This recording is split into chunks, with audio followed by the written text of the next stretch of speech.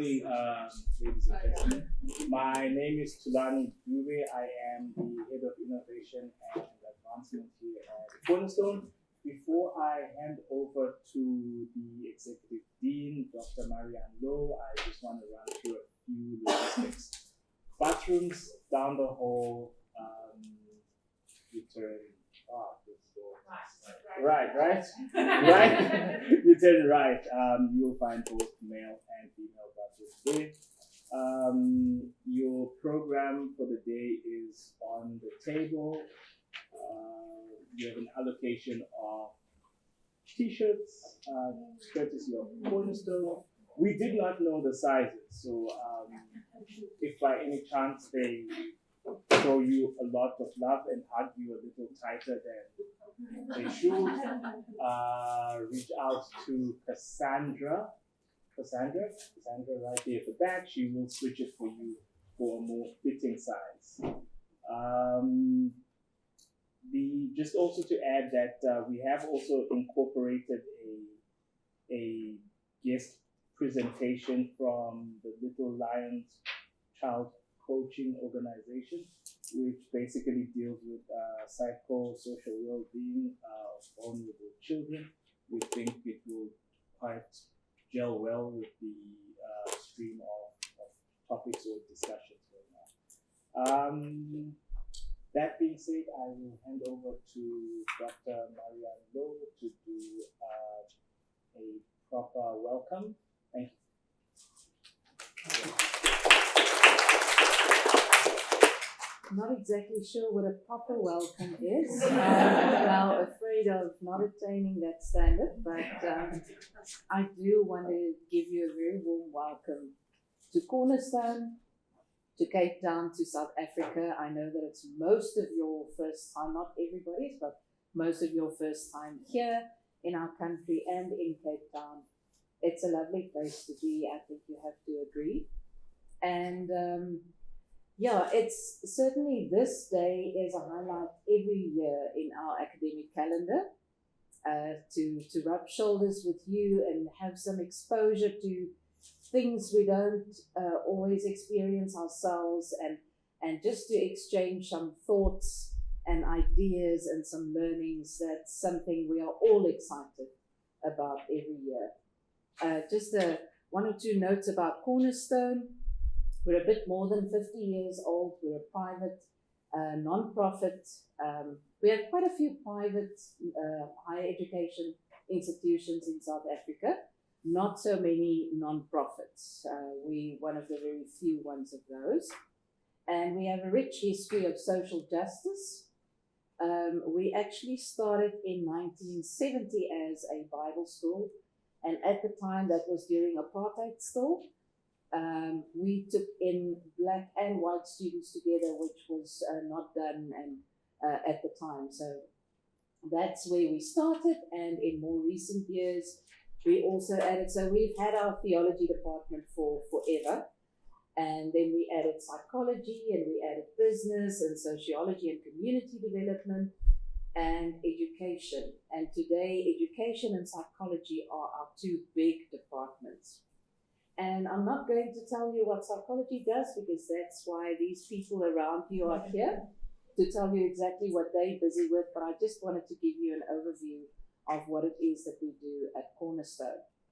We're still a fairly small institution. I'm sure small by your standards, but certainly small by South African standards. But we are very proud of the interaction and the relationships that we build with our students. And in talking about relationships, I just want to encourage you all, both our own students and faculty and the ones that we're now hosting.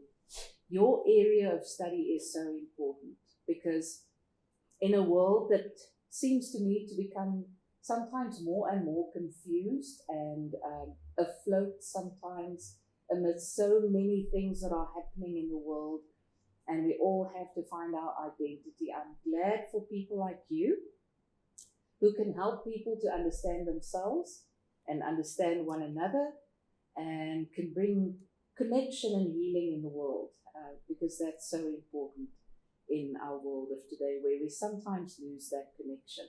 And then finally, just enjoy today and your time in our country and have loads of fun. Take care. Thank you.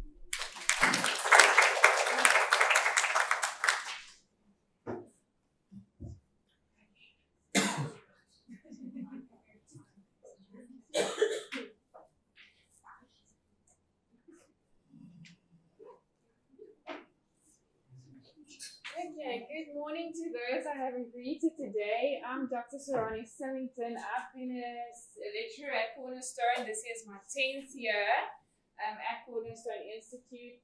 In some way or form, I've been involved in teaching and learning. At one stage, I was part of the Student Services Department, but at the moment, I'm the practicum coordinator for our Psych group, which is our honors group doing their practical work. And I'm also a senior lecturer, and we do a lot of research at Cornerstone that we're very proud of. So I thought it would be kind of nice to share some of the research Jabulani and I did last year for our SciSci conference. So SciSci is Psychological Society of South Africa, and they're quite active in South Africa in terms of psychology. So most psychology students, counselors, and psychologists belong to SciSci, as they are always providing our CPD training courses. They're advocates for psychology in South Africa, and they draw all of us together from the different fields, whether from counseling psychology or clinical or whatever it may be. And so last year, Jabulani and I did some research on using video games to build relationship with tweens and teens when we do counseling. So why this? So my brief background. I studied psychology up until honors level and knew that I wanted to work with kids at that stage. And we have a master's program in play therapy. I don't know how big play therapy features in the States, but in South Africa, it's a fairly new, unknown field of psychology, and it's usually studied as a separate specialty. And so I did a master's in play therapy and started part-time in private practice while also lecturing and working here. And so what I started finding in the practice with tweens and teens is hard counseling teenagers. It's so hard. And not a lot of psychologists do it. And so often we find with referrals, it either gets referred to the ed psych, which normally wants to focus more on scholastic function, and the trauma and the emotional support, that kind of leg feels a bit missing in some instances. And so we do find that a lot of tweens and teens are missed in terms of counseling and effective counseling because they are such a unique bunch, and with technology, it makes it even harder. And so coming for counseling and sitting in the room, looking at a counselor and sharing your deepest, darkest secrets while you're still figuring out who you are, identity world, if you think of Erik Erikson and all of those psychologies, it's really hard for a tween and a teen. And so what I started doing in practice, I've got a little boy, so he's grade 2, and he and his dad loves playing games, right? Online games. And my daughter who's 12 is now Roblox. I don't know if you guys know Roblox. Testing the water. They're Roblox crazy. And so now we do chores not for pocket money but for Robux, right? And so we're living in this world where we kind of motivate children in a different space and in a different way, and we have to understand them differently. And so I started, so one day a boy came into my office and there's a lot of toys, right? I've got Legos and Hot Wheels and cars and tracks and dolls, and it's a wonderland, and all the sand tray stuff, and you've seen the sand tray room also. And a boy came in and he immediately saw the Xbox. And he said to me, I will talk to you if we can play on the Xbox. And I said, well, let me first speak to your mom and see if we can organize that. And kind of that's where it started. And so there is a lot of literature and gamification. I think in South Africa we don't have a lot yet. But using games is part of that bonding. So my intention was to use the gaming as a point of connection, to build relationship with a tween and teen who would normally not build relationships with me, because I'm this old lady sitting and looking with them wanting to know, why did your parents bring you for therapy? Okay, and they don't like that space. And so I said to Jabulani, you the researcher, I'm the practical one, let's join forces and figure this thing out. So counseling adolescents, like we said, and tweens presents a unique set of challenges, particularly in building rapport and establishing trusting counseling relationship, which we know is the basis of anything we do in psychology, right? Adolescents often feel awkward or resistant in traditional counseling settings, and in recent years, the integration of using something like video games into counseling has gained some momentum, and there's definitely a gap in South Africa. So in order to build and sustain these therapeutic alliances or counseling alliances in collaboration with the client, the counselor needs to be, when you're working with a teenager, adaptable, perceptive, always carefully evaluating, finding the balance between when do I push, when do I challenge, and when do I listen. And that's that. I like the word, the therapist responsiveness. And it's from this responsiveness that the study actually emerged. Now, a question I often get is like, what's Ronnie? This is Africa, third world, South Africa. Do kids even have access? They do. They do have access. And so in South Africa at the moment, the last statistics I drew was like, I think we have a 126% penetration rate for cell phone use, which means a lot of people in South Africa have more than one phone. And so kids are playing on the phones, and most of the time they're on their mobile devices. So mobile gaming is driving accessibility for South African boys, with 92% of gamers continuing to play on their mobile devices. So something like Roblox and Minecraft that our kids are very into at the moment, it's on their phones. Okay, Fortnite's a bit difficult. I know Fortnite's culture.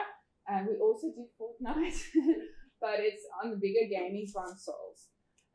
So the rise of smartphones in Africa expected to reach 88% ownership by 2030, and it's fueling the gaming industry at the moment for adolescents and tweens. And so I think one of our big challenges in South Africa is just that teenagers are accessing their phones quite excessively, and it's becoming one of our biggest social problems in schools and with parenting. Okay, so the question was, how can video games be effectively utilized to build reports and facilitate emotional expression in counseling sessions? Can we use it for the sake of counseling and not just for the sake of playing together? That was the question. And so this is what the purpose of the study then wanted to examine: the use of pre-selected, age-appropriate video games as a tool for establishing rapport and enhancing the counseling relationship. But obviously, I wasn't going to play Fortnite with an 8-year-old. Okay, so very age appropriate, very well established parameters before we went into the sessions.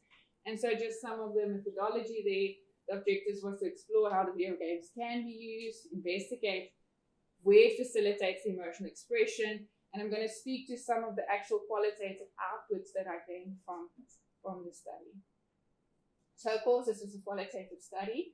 You'll meet Java soon. He's bringing his research class down in a minute.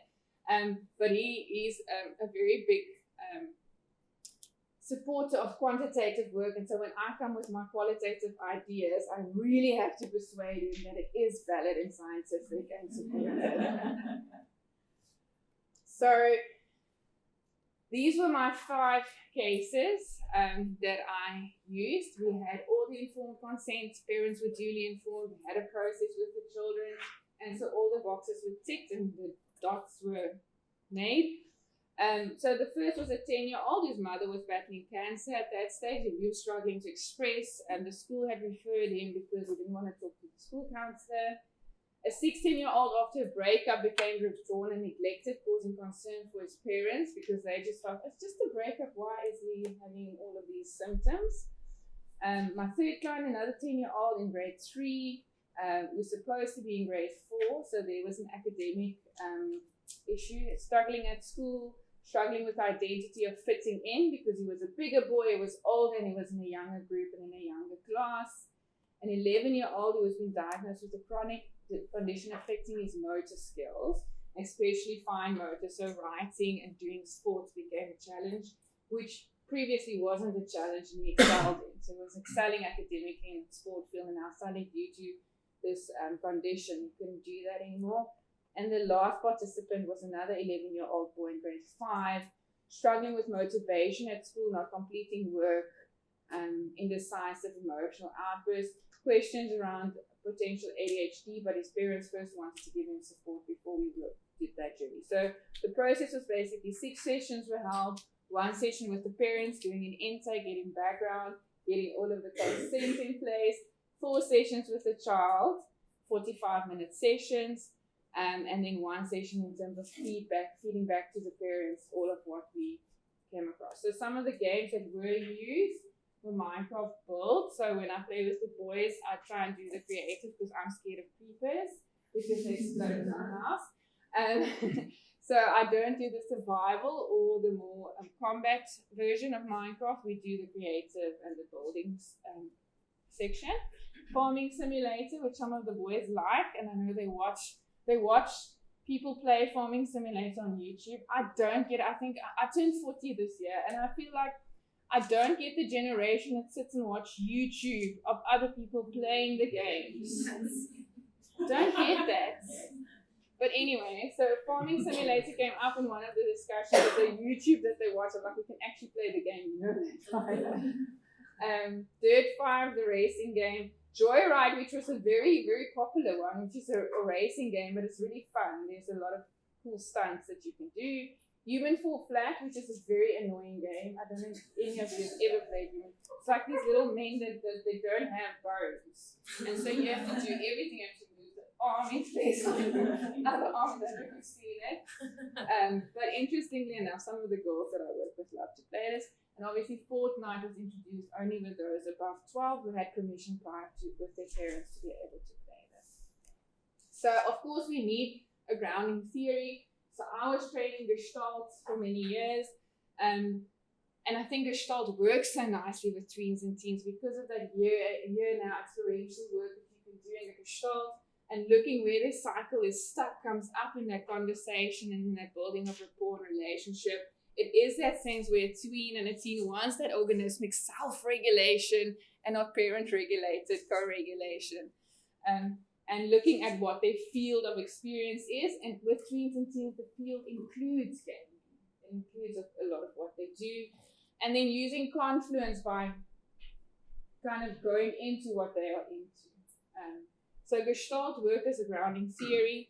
And then obviously we had to look at some of developmental psychology in terms of identity and group formation, which we know is one of the main jobs of a tween and teen, is who am I, how do I fit in, where do I belong, Erikson wrote it, group formation versus identity development. And so that was a very big grounding theory in terms of also the peer influences from their group of peers. So, the integration of the video games into counseling, particularly with the tweens and teens, is a growing area of interest, I think more globally than in South Africa. Tweens I always thought it's a new term. So I have a 12-year-old at home. And please pray for me, I've got a 12-year-old. And you know, when she turned 9, she said to me, Mommy, I'm now a tween. You know, I said, what is this? You know, because we have those demarcated age groups. You're not in one yet. You have to stick it out until you're 13, right? But this term was actually coined early in the 1980s already. There was this sense that there's this in-between group between childhood and adolescence. And so we do find more and more that they are kind of demarcating their status as tweens in a different way than adolescents at the moment. And so I kind of looked at those two groups in terms of their sphere of influence, because if I just stuck with adolescents, I have to work with the older kids and I can't see what the younger ones are getting up to. But adolescents as well as teens often face these challenges when engaging in traditional counseling, like we've said, because they find it awkward and invasive, and this is what research has found.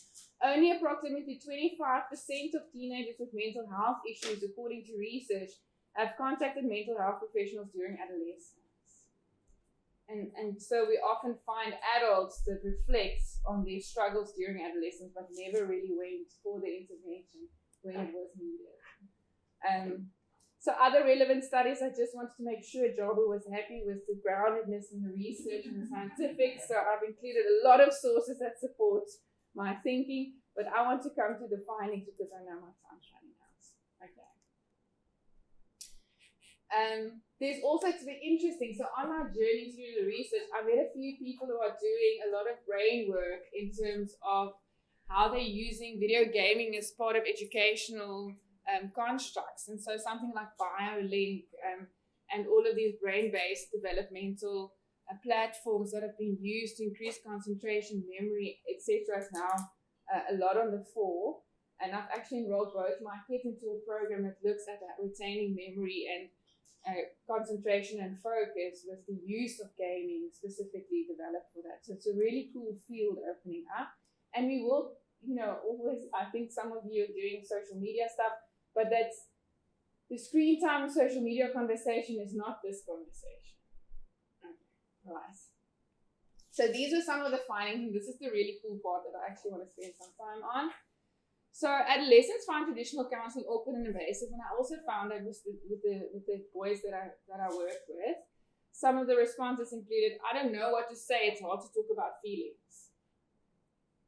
Counseling feels weird, like they're prying into your life. Okay, and so the Afrikaans word, because I'm Afrikaans and the kids that I work with are Afrikaans, it means krap, to scratch at, prying into your life. So the sub-theme there was, it distracts, when we're playing, it distracts from the comfort and the direct conversation. So the feeling was while we're playing, and it was so interesting, I've got a couch, and so we would throw down our beanbags and lie on the beanbags and be playing on the TV. So we wouldn't be facing one another. When I teach my students, because I teach counseling skills, we teach them solar and how you should sit and how you should face and the degrees of angles and eye contact. And now I'm doing exactly the opposite with my teams. I'm like, don't look at me, look at the screen. But for the boys, it worked because they said it made me feel less awkward when you didn't look me in the eye when we were talking about hard things. And so that was really powerful. And it also reduced the pressure of immediately opening up. And so what was interesting is while the games are live, because Fortnite takes forever to load. I think my Xbox is just so old, but anyway. So it takes forever to load it. In that way, we wait for the game to load, that progress line, that silence is often filled with conversation. And so there I start testing, buddy, how's your week? What's happening at school? And so that conversation could be opened up in a more informal way, where it led into other moments that they could share, and that will come up in the rest of the themes. So it eased communication. And it was an active listening opportunity, because sometimes, and the one actually caught me, he said, like, you're listening to me and I don't realize all the things I'm saying. Because it gave me an opportunity to really listen, because I don't know what I'm doing horrible at the games. I just follow what they're doing. So some of the responses there around eye contact and direct questioning that is overwhelming. Some of the boys said, it's easier to talk when we both focus on the game. I can share things without feeling like I'm being watched. And I do think as adults we often fall in that trap, because we're reading body language, reading the nonverbals, we're sitting with the whole of the person. And so I think they sometimes feel like they're under a magnifying glass. And in this way, they're not exposed. So gaming provides a non-threatening space where clients can express themselves naturally in the here-now moments in between playing. Theme 3, validation and non-judgment. So adolescents feel validated when their interests like gaming are accepted. They often say, I just wish they would show interest in what I'm doing as well.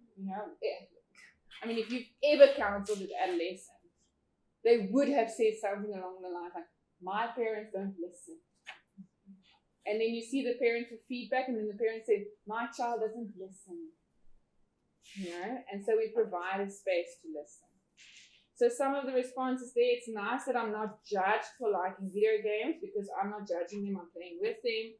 Adults don't usually care about what we like. In fact, most adults judge what we like. Building trust through non-judgmental engagement with the interests. And I'm almost done. Theme 4, adolescents enjoy teaching adults how to do things. It creates a unique dynamic in the relationship. Okay? I'm horrible, but they help me and they teach me and they will laugh. And so I was just telling them, I was like, don't like it when the creeper comes into my house. I've spent so much time and the creeper just explodes, And he said, but Swani, use brimstone. Duh, you know. Why didn't I think of that? Because I didn't know. And so they like teaching you these things. So some of the responses there, I always have to do hard things for adults. It's cool that I get to teach you. You don't know how to game, and I do, so I get to show you how. And that's been powerful, because that isn't that relationship. So we speak about therapeutic alliance, we speak about counseling relationship, we speak about postmodern psychology climbing into the box and being with the client, but this is doing it. Because we're not coming from the space of the expert, they're also contributing to the space. And I found that to be very powerful. The role reversal boosts confidence and encourages rapport, which facilitates emotional sharing. Because if you do that for 2 sessions, I promise you that 3rd session is magic.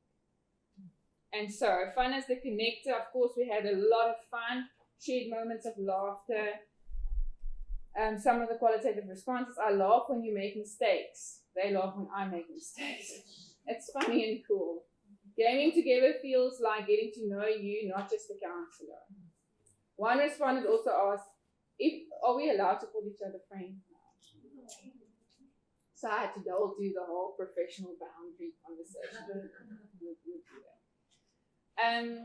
So just some of the emotional work. So that's obviously building rapport and getting to the rapport, but some of the emotional work. So the question is then, but what does it do in terms of emotional work that you needed to do for that part? And so one example involved a boy whose mother was battling cancer. During a session, the boy and I would play Minecraft, and we were doing the creative build.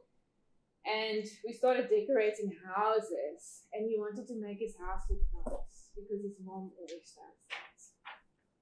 And so in that conversation around this idea of homecoming and house and mom, a lot of conversation came up with Minecraft.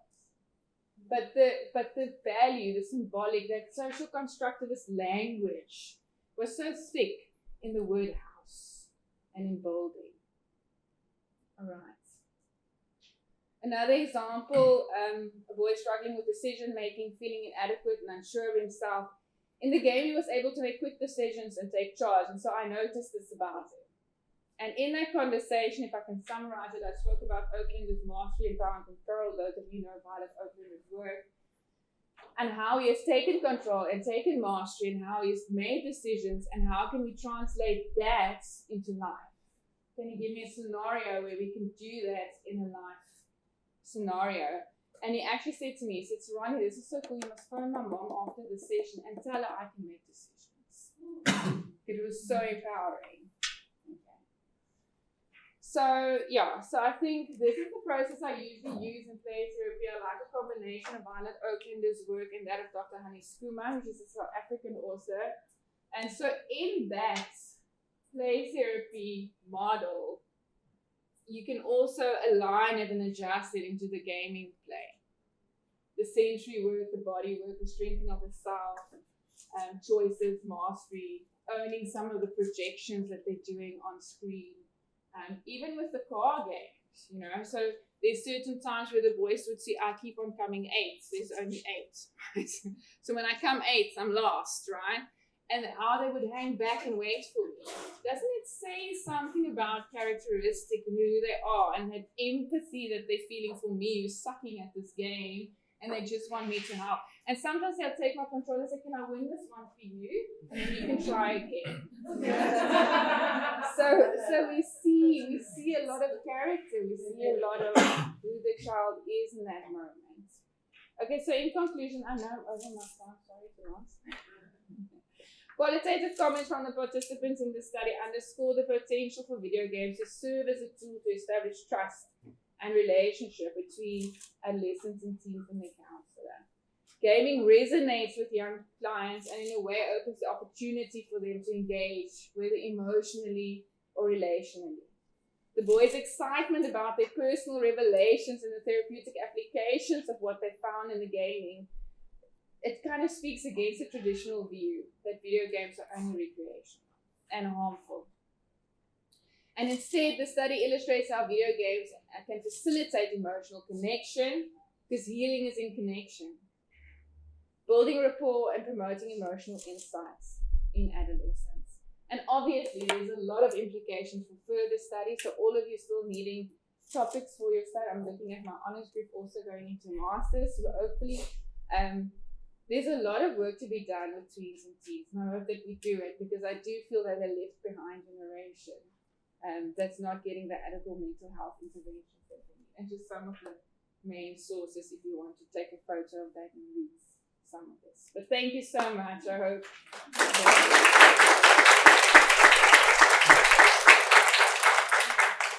Can we take maybe one or two questions to Lonnie? Yeah, I think you have Q&A set up until quarter past. Awesome. So it's about 7-8 minutes. Any questions? I rushed through that a little bit, but there's a lot in there. I don't know if there's any questions. Yes. Yeah, so it's really interesting how you're tying the video games and really being able to have that informal discussion. So I actually have a couple questions about that. Sure. Number one is, in your therapeutic session, do you attempt to ever fade out the video game interaction to have a more direct conversation about some of the challenges that they're experiencing? So that's a very good question. That happened very naturally in most situations. So we would start off playing in a game, and as soon as the conversation got a bit more intense, like with the boy with the mom who has cancer, I actually put down my control to listen. And I find that they then mirror that, and they would put down their control, and then we do have conversations, and that usually happened around the third and the fourth session. And so the first two sessions, look, I was experiential. I didn't know what was going to happen. So the first two sessions, you do get to that stage where you think like, are we just going to game always? Or is there somewhere where I have to pull back? And in a very natural space that happened as soon as I gained their trust. The 16-year-old was a hard nut to crack. So I did 4 sessions with him and felt like there wasn't enough of that, and actually asked him if after my research he wanted to come back and kind of put that aside. And he did. And so in the next session, I said to him, what if we game for half of the time, and other half of the time we can see what comes up and what it feels like, and then you can tell me if it works or it doesn't work. And so what worked with him is we would game for half of the session to kind of settle that nervousness around, I have to talk about these hard things. And when we kind of get to a natural where a game pauses or race ends, then we would lean into conversation and picking up on things that I've picked up on. And interesting with him, he would say, ask me and I will answer. Mm-hmm. And so I would ask around peers and school, and so that every person's different, but most of it I found with the little ones, they filters aren't up yet, and so you do find that they naturally progress into conversations. The older ones, they're a bit more reserved and guarded, so you'll actually have to be more directive in saying somewhere we'll have to move into that space. But they allow it because I allow the game. Fantastic. I'm going to ask one follow-up question, is that it sounds like you had such an effective intervention, right, to really build that rapport and be able to then talk about things. Have you considered doing any level of parent training? Because you mentioned how if you look at both sides, kids are saying, my parents just don't listen or understand me. From the parent side, they're saying the same thing. So have you considered showing a parent how to do this so that they can actually repair that relationship? Yes, well? 100%. So especially with this boy's mom had cancer, his mom did pass away. And so the dad had said that he's seen such a shift in him when we were doing our thing. I said to him, well, listen, why don't you make this kind of your thing as well? Because he said his boy doesn't want to talk to him.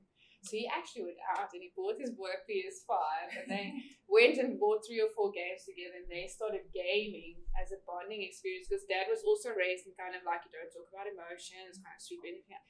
And he had said how much that has built their connection. And so that's been amazing to translate, because this boy really opened up, and I said to him, try it. I even said, come borrow my Xbox if you want to give it a go.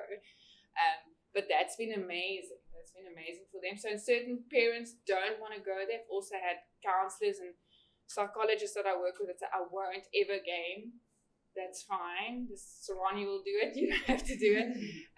But there are parents that will find another way. And so the idea of bonding and building relationships isn't necessarily tied to the console. It's tied to the being together in a space that the child led. And so what I do teach parents is sometimes to engage in child-led play for the sake of the relationship. And that's been powerful. Okay. Sure. Is there anyone else that you know of that is doing this?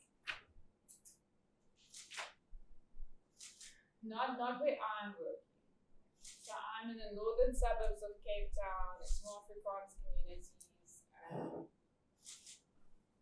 Not that I know, I don't know if you know. No, I just think that it's such I think it's a 50-50 space where I think, I'm just thinking in my own space, I also have a tween at home, and I sat yesterday just in another space of the house and listening to the interaction between husband and son playing, and it warmed my heart. And in one space I was almost jealous because you could hear the connection and you could hear the laughing, and they were just gaming, they were just racing cars on the screen, but the connection was so strong after that. And I think just as a mom space, like I don't even know the other console because I know that I'll suck at it because I have no idea, but it's like a foreign object.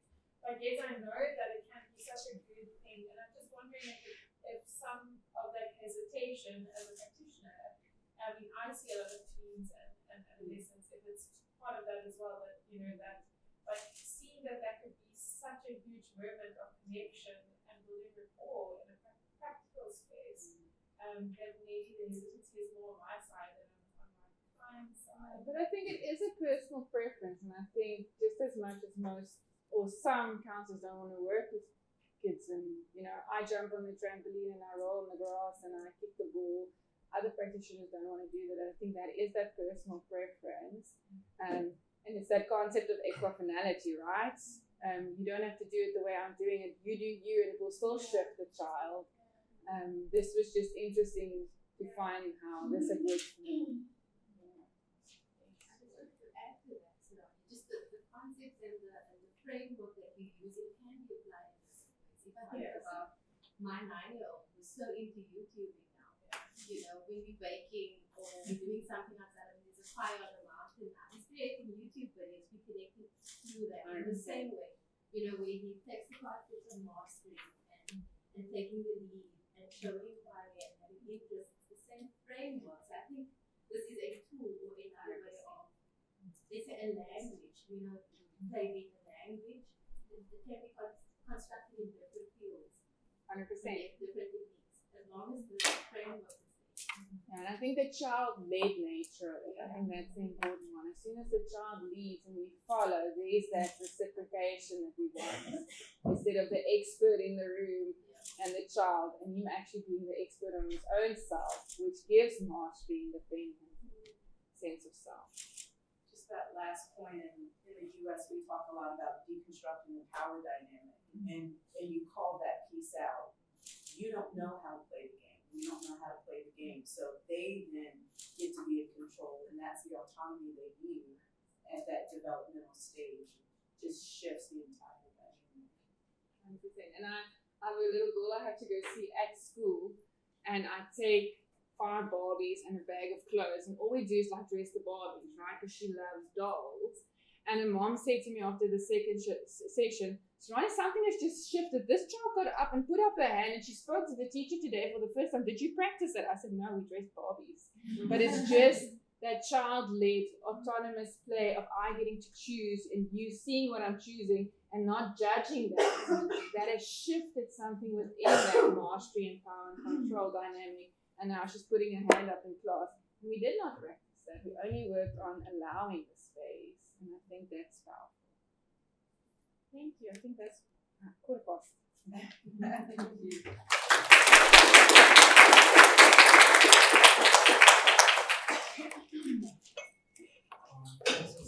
Just before the meeting is end, I want to officially apologize for changing tweens to teen according to the title.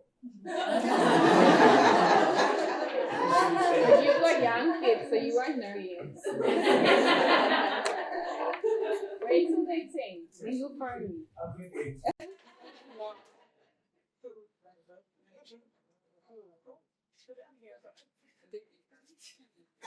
Japan.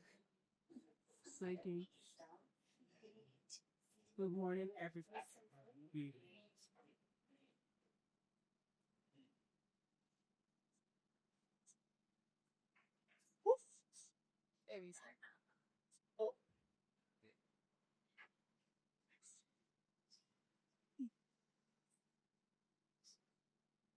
If it's if me, I'm a black person usually. PC. Good morning, everybody. Hi, my name is Cheryl Daniel. I'm here with the Chicago School. We are excited, and I am excited to be here. We're presenting on the healthy professions in the U.S. Myself and my colleague, Ethan, will come up and present. I will present from the clinical side of healthy professionals in the U.S. I'm a clinical mental health counselor in a master's degree program there. Actually finishing up my program, working with a Pine Load in what we call our internship, which is a residency program. So I bear client load as well as my academic portion. So we'll go through and share with you what those opportunities look like in the U.S. We'll have two portions to our presentation today. I'll cover the clinical applications, and Ethan will come back with the applied research applications. I'll talk about our pathways, what careers look like, what our ecosystem looks like, how the different parts work together, and maybe mention a little bit about how we've not worked so well together. I don't know if you have similar tensions here in South Africa. Some of our service delivery systems, our overarching philosophy around counseling, Ethan, the types of counseling that we have, and then Ethan will speak to our code of ethics and the applied research activities. So our pathways for becoming a healthy professional in the U.S.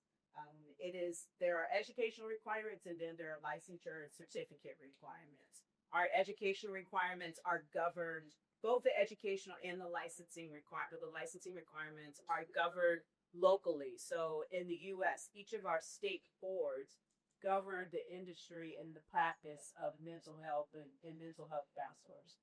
So our educational requirements are typically to become licensed, you have to have at minimum a master's degree, which is a 4-year degree plus a 2-year specialized degree. We have an evolving requirement across the majority of our localities now, where your educational program has to be what's called a K-CREP. And forgive me because that hard down like that acronym stands for, but in essence, it is a dictated and a very prescribed curriculum. There are certain categories of learning that have to be covered, development, helping relationships, ethics, obviously, legal aspects, theoretical approach. It's super special. I can't say it all there. And then, as I mentioned, our licensing is governed on a state-by-state level, which can become difficult because in the U.S. we have very fluid borders. We're also post-COVID doing a lot in telehealth. So people can live in one state and have clients that reside in another state, but then you have to be licensed in multiple states. And that dynamic has not yet been perfected or worked out. This is just kind of a visual overview of what goals a psychology major could be someone into. You could become a psychologist, a school counselor, a social worker, a general counselor. And in those jobs, you can manage a variety of positions. You could work directly in a clinical application in a counseling or helping professional, or you can move on to a business application or research application, pitch, speak, and will speak. You can become a lawyer. I know of several niche attorneys who are dealing with criminal cases, forensic psychology, so to speak, where they hold a degree in psychology. It could be forensic psychology, it could be counseling. They hold a legal degree as well, so that they're in a better position to speak and develop defenses for clients in that situation. This is just an additional breakdown of how the psychology careers and some general FAQs that go along with it. That's a little small for me to look at, so I'll look here at the screen. But you'll see here, sports psychology. A lot of our younger psychologists, I say our, in my family, I have several younger generation family members who love sports. So similar to Sarani talked about gaming, where young developing professionals are incorporating their own passions and their own points of interest along and matching them with their desire to help one another. So sports psychology is really quite a fascinating, a lot of neurobiology that goes into that. Then we have our general psychologists, our mental health counselors who focus on this says conducting mental health assessments and referrals, but they actually are doing the clinical what is traditionally known as soft therapy in that capacity as well. Our social workers are beautiful dynamic where they are integrating both clinical health, social services, social advocacy, all of the whole life approach to psycho-emotional wellness.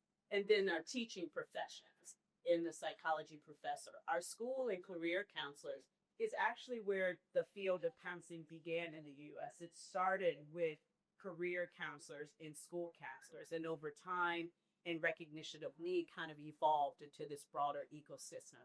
Of course, we have our forensic psychology, and those are our psychologists who come in and they inform criminal or judicial processes. They serve as expert witnesses. Correct me if I'm wrong here. They serve as expert witnesses, or they do research. Very interestingly, if you had a criminal case and someone was being evaluated for their mental astuteness, so to speak, in the crime that they're being accused of, I believe it would be a forensic psychologist who would come in and would actually do an assessment and write a report that then would be considered by the judging body as whether or not this person was mentally accountable. Just one of the applications of that particular area. And then our PsyD psychiatrists prescribe, those are our MDs, medical doctors, and they prescribe medication. So if you have some attention deficit disorder that needs to be medicated to help with the attention at the attention of the focus, that's what our psychiatrists are coming together. So I've spoken a bit to our ecosystem. Typically, our mental health care in the U.S. is, you saw all those subsets, but they fall under these 4 categories of mental health service providers: psychiatry, psychology, counseling, social work. We have adjunct careers and pathways that come along, behavioral science that come into it, neurobiology that come into it, but they'll show up in a variety of different ways. So if we consider our 4 primary categories from a counseling perspective, this is just from a counseling perspective. We call them the mental health sisters, and it's psychiatry, psychology, counseling, and social work.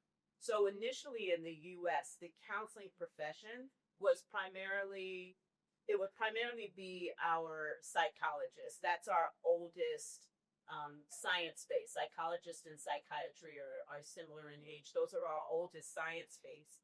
And there was a challenge to have psychology be accepted as a legitimate medicine, legitimate science. I don't know if here in South Africa, if you had a PsyD, if you had an MD in your family, they might tell you you're not a real doctor, right? Because you're philosophical doctor. You're not a medical doctor. So initially, counseling in psychiatry was based around that same wellness model that you see in the medical practice, where you are identifying what's wrong and then you're addressing symptomatology of what's wrong. The counseling profession, which is what I come from, so I might have somewhat of a bias there. But in the counseling profession, we divert a bit from the wellness model. We want to look at whole person. It's not just about symptomatology. It's about what's the function of the dysfunctional behavior, or why is there this dis-ease, and what are the environmental factors that are contributing to it. It's not just by prescription, give a pill, and someone will materially or magically become better. It's what does this person need in their development? What do they need in their relationships? What healing in their soul is required so that they can get to a place of health and wholeness. I mentioned and alluded to some of the tensions And within our industry, we have experienced that. We're learning, and we have learned how to play together nicely. Psychiatry, oftentimes, because they're an ND, may have felt somewhat superior to some of the other helping professionals. And then psychology also are at a doctoral level. They focus on assessments. And so you see a bit of a hierarchy. They had counseling and social work. I think social workers, by some of the other professionals, who are looked as like they're the laborers, they're doing all the grunt work, they're doing all the hound work. But in reality, they're doing the majority of the work that is impacting and affecting change in society and communities because they pull all the pieces together. And so we've learned how to work together. And you'll see that in our next slide. How do we refer together? So in the US, we have practices, private practices that are developing called integrative medicine. I don't know if you have something similar here. I'm not familiar with the concepts that you all operate within. But in our integrative medicine practices, we have like niches of specialization that operate within a practice and they refer off. In a medical context, sometimes you might have Western trained practitioners that are working with holistic practitioners. So you may have an MD who is dealing with diabetes or cholesterol, and then they'll call in an acupuncturist or a Reiki specialist or someone who has a nutritionalist. You bring all of those aspects in and you work together, and that way you're addressing the whole purpose. We're now doing something similar in our mental health, where in our integrative mental health practices, I'm a meeting counselor, so I'm doing the one-on-one clinical, maybe a little play therapy, maybe a little hearing training. And then if I notice a dynamic that needs help, then I may refer off to a psychiatrist to do an assessment. What is really the dynamic that's happening here or that's showing up behind the symptomatology? Or I may refer off to a psychologist if they need, the psychologist would do the assessments, and based on the reports of the psychologist, the psychiatrist would come in if there's a need for pharmacology to be introduced into the treatment plan. And then the social worker is dealing, obviously, with the environmental factors as well. Delivery systems, we deliver mental health services in outpatient service, in inpatient residential, which could be short-term crisis space or longer term if you're dealing with someone in a recovery need. And then we have integrated care settings where this is similar to what I was just describing. You have a primary care practitioner who would make the referral to a mental health practitioner on behavioral health, and you kind of go through our process there. Post-COVID, this note here about telehealth is really something that's come up post-COVID. Obviously, during COVID, that was just catastrophic for everyone in our field. How do you deliver services when maybe you don't have the infrastructure, maybe you don't have the regulatory oversight or permission to be able to provide telehealth services? So this has become our new norm. And jumping into the philosophy, this is a quote that I love.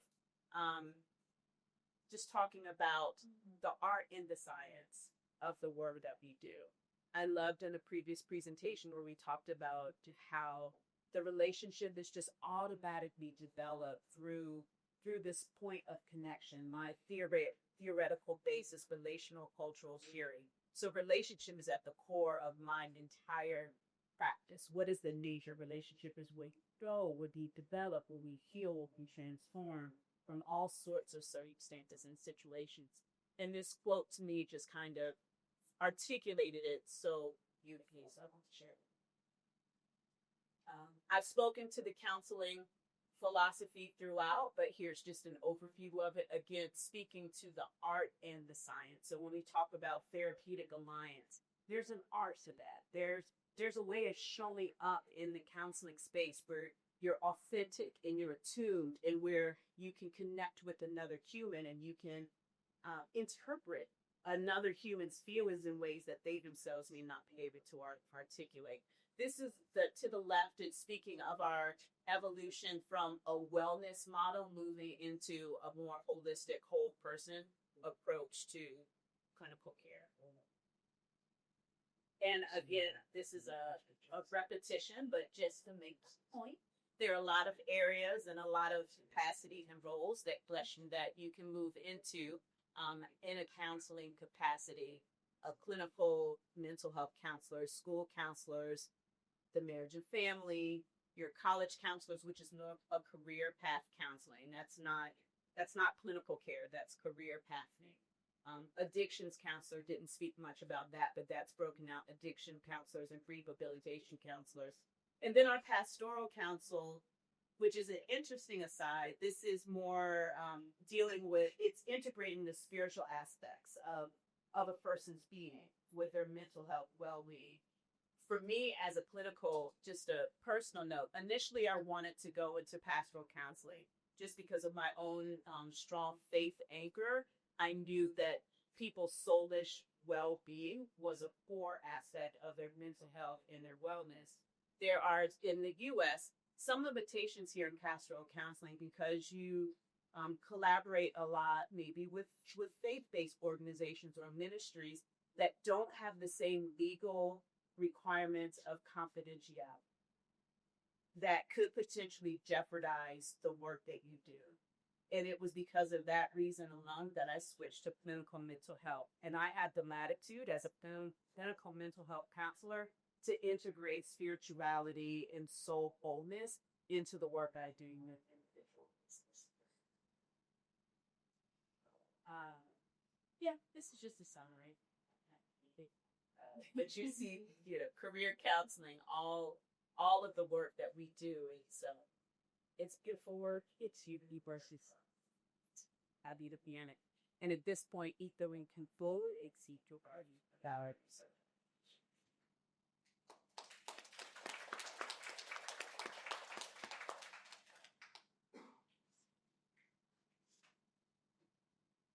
Hi, good morning.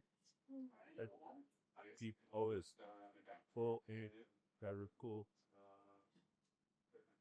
I'm industrial organizational in my training and scholarship, but being affiliated in the American Psychological Association in one way or another, code of ethics is something we all learn as professionals, and it serves as a kind of foundation to orient our practices and activity. You see here, we're talking about innocence, reality, integrity, justice, things like this. Fidelity is particularly interesting, I think, because it is probably amongst the most esoteric amongst it. Fidelity is not deterministic, and to a certain extent, it's interpreted, it's lived, and this is where we really, participate these dialogues with the literature, with our clients, with the organizations who we consult. So where that, is observed, it involves many of the factors taught by the literature beyond practice. And this is amongst the most interesting material that allows this world to accomplish. That being said, as psychologists, a lot of what we do is problem solve. I like to think of myself as problem solver. And as we consider what it is that we do in terms of activities, one of the problems are critical based with bias, it's mostly related to fidelity. And it's kind of that observing ego, that perspective process that we talk about as we engage community. So, as a problem solver, how it is that you address, this problem of your cure is with the research. It's observed, the problem is observed in the process of conducting assessment and doing an evaluation. But we've understood that bias is part of our practice for a long time. For instance, Pepe in the year 1620 came up with this frame, considering how it is evil, maintain as a not biased position or social to influence that will lead us to underestimate. So his brain evolves idols of the tribe, which is idosificate these ideas that we come up in isolation or hack perspective. ideas of the marketplace where there's a kind of collection anyway. I think of the deep, and then idols at the theater, which is kind of for assistance, as if there is no, you know, outside usage. Big issue. When we think about extensions from those, that rhetoric, it becomes more elaborate. That we're going to talk about situation, and we're going to talk about more elaborate, um, narratives. And that really breaks the idea of a relevant piece of information. It's sometimes just prescribed, and sometimes it's like this is project to the perhaps of American practice of the psychological association because it's something that we work very diligently to kind of be implicate as subjects. University of Virginia as a lab.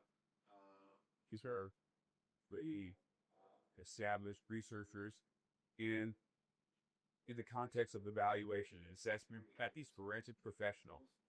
So what is it that separates the professional who is making decisions on behalf of other organizations that has low liability or causes or predictable paths to make those decisions obviously.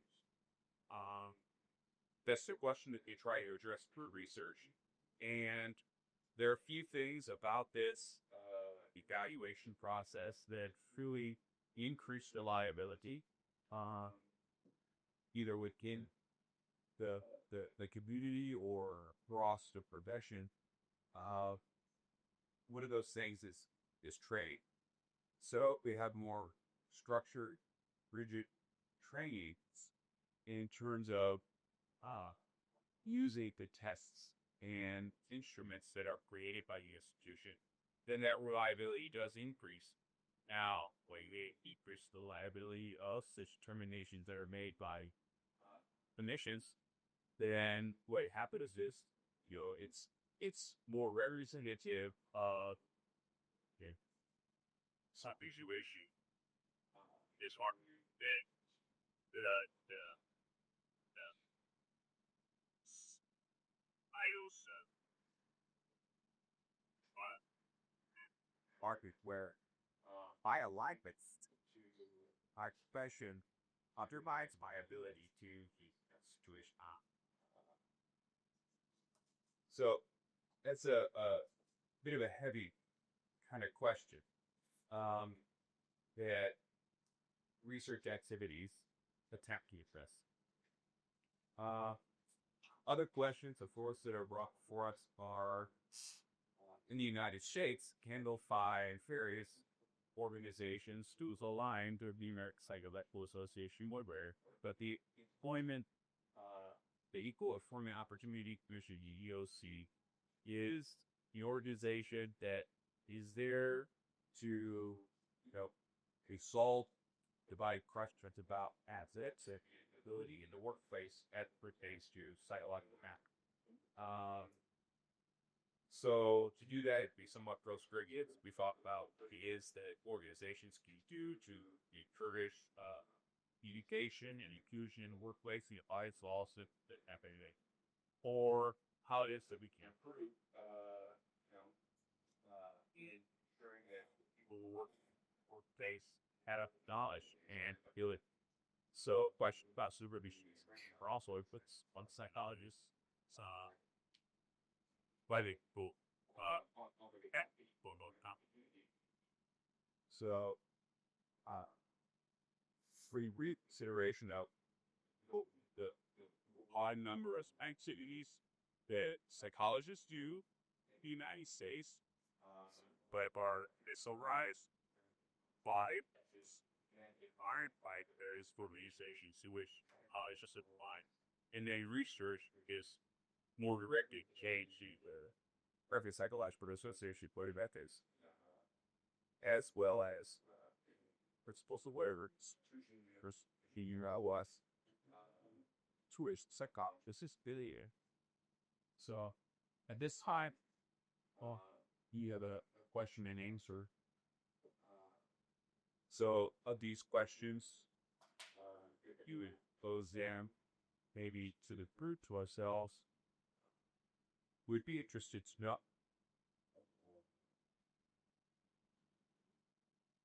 Yeah.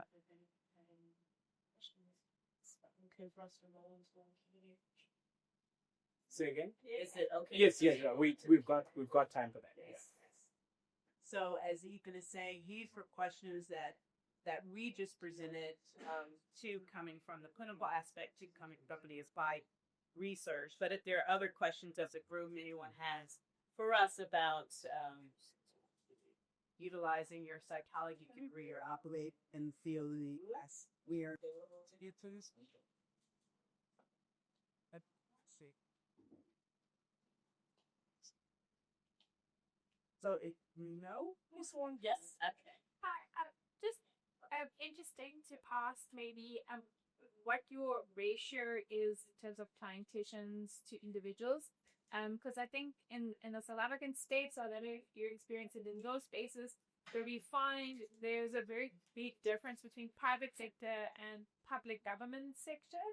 And we find that even in a private sector, there isn't enough health practitioners available to medical aid, private practitioners, never mind our individuals that don't have access to be able to pay for any mental health practitioners. And the amount of turnover in terms of staff changing and that, like, it's just like, yeah.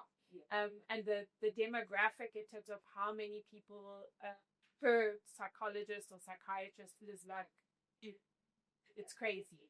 And just wondering if you guys are experiencing the same thing there, and like, are our I almost want to say, are our models of training geared to that? Is our curriculum actually acknowledging that space that we are trained actually to see individuals for an hour and long term, but in reality, we're probably seeing it 15, 20 minutes in a public sector, and if you see them again from 2 or 3 sessions, that's like a bonus. So yeah, and we know like you can't really train for that in that space, but if that's all you gauge with an individual, like yeah.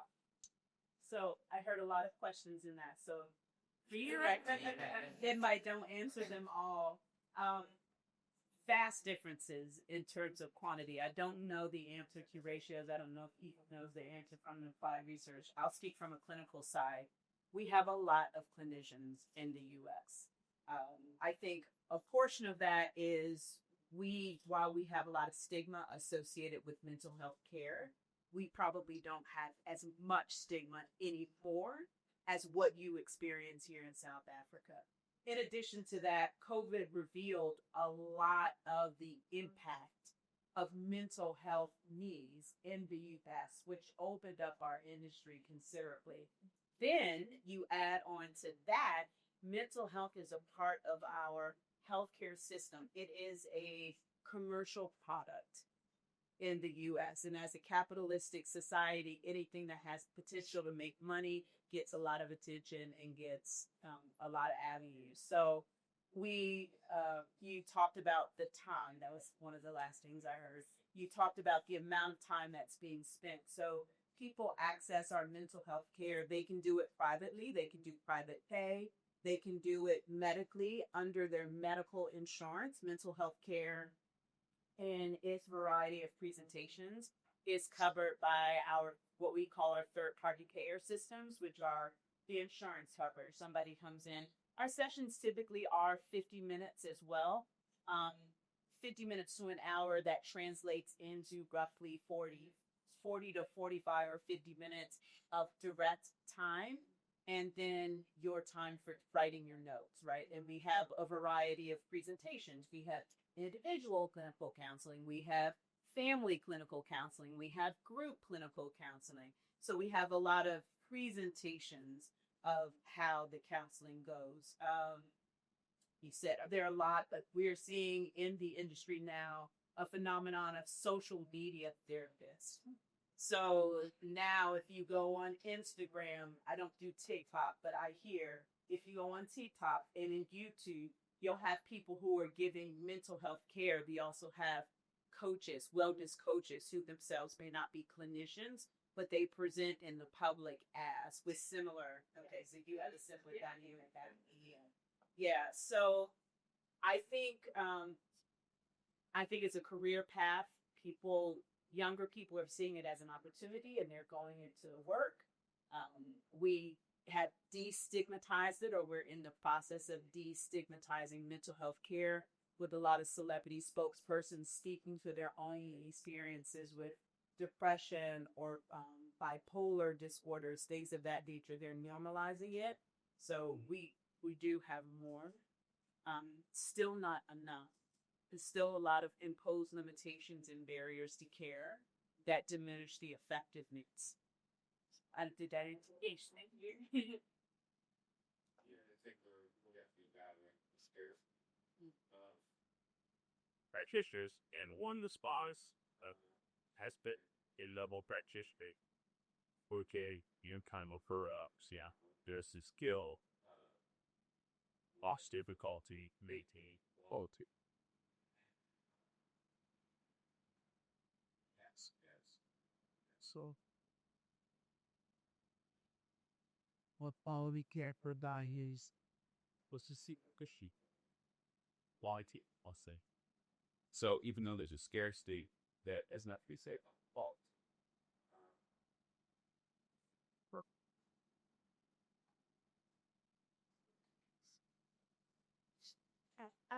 I was just wondering what the research psychology space looks like in the US. So, like for someone who would want to work in the field of psychology, but is more interested in focusing on the research side of things, like here you can register as a research psychologist, and there's like various spaces within that. What does that space look like in it? But Well, various university awarded doctoral certificate, and that is considered to be legitimate. There's no kind of certification. However, research isn't completely operated. I have other like private organizations that will create descriptive statistics and distribute that information. And there's just a opportunity there to do research. also like it might be about also like in other sexes, basically, there's this. Sure. So one thing that we are required to do is submit all of our research needs to your report, which is basically grades being ordered by our institution and across. I think it's actually veterans are required.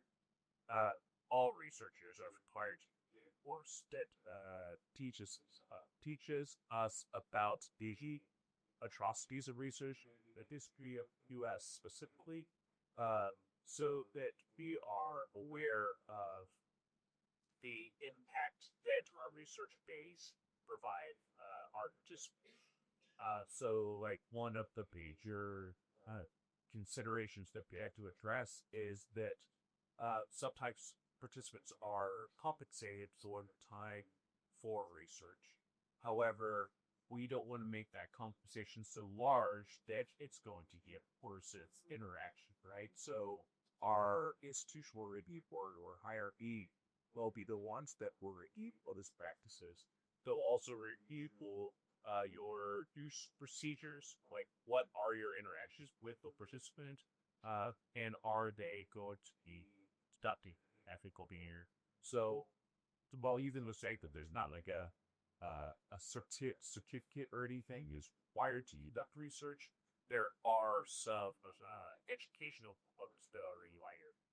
And I would add to that from a clinical standpoint. So in my particular practice, my area of practice is trauma informed for oppressed and marginalized people.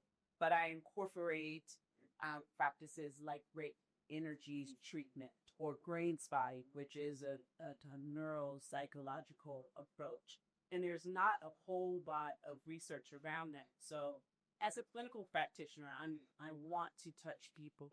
So I'll stay focused on clinical practice, but I will hunt for with. So on the PhD level, to monitor and trace the effectiveness of the outcomes that I may be achieving with integrating all of these elements of practice. And then how can I improve it? How can I annualize it, for lack of a better word, so that it has a broader reach?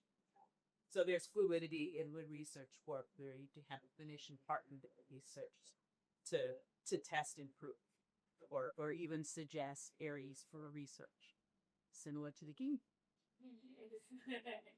I think maybe more commenting Becky maybe jumping in. I think in our context, a lot of psychology we're doing in the Marias community is psychology. I think that word speaks to diversity of our community and culturally, all of that. So I do think there's a massive African psychology that needs to be out there is big in certain community spaces because of gender stereotypes. So I think a large focus here for RB Science hands-on was the Hunters group is doing a lot of community intervention, communities, colleges, collectives. Yeah, that shifts a bit from the way, one-on-one space. Just a interesting comment. Yeah. And thank you for raising that comment. So from my area specifically, because I am addressing marginalized and oppressed communities, most of the time that's racial oppression in the U.S. So you're talking about, we call them BIPOC, Black, Indigenous, people of color. Those typically are culturalistic communities. So there is that collectivistic air. And we are focused on integrating, like for Black Americans, we have principles. There's one particular principle that I apply in my work. It's called the Sankofa theory. And it's based on the Ghanaian principle of Sankofa, right? Go back and recover, recollect what you left behind and bring it forward. So we're working to integrate, I work to integrate the cultural aspects that create that whole being. Part of the trauma and the intergenerational trauma by our oppressed people, they've been separated from land, they've been separated from culture, they've been separated from language, and that creates dysfunction that it compounds generational. So the disruptive behaviors and the depth of psychosis, I say in quotes, right? Because it is a healthy adaptive response to an abusive circumstance and situation. But our Western theory tells us it's psychotic. But in reality, it's a maladaptive response. And you have to address the inner soul, you have to address the environment. So it is community work in that concept as well, maybe presented one-on-one, because when someone is sick with me, especially in Washington area, right, a Black professional and they're successful in the predominant white states, they cannot necessarily speak or understand the intergenerational trauma that's causing so much disruption in their family life, in their interactions with colleagues, until they get a foster someone who is culturally attuned and informed to have those conversations.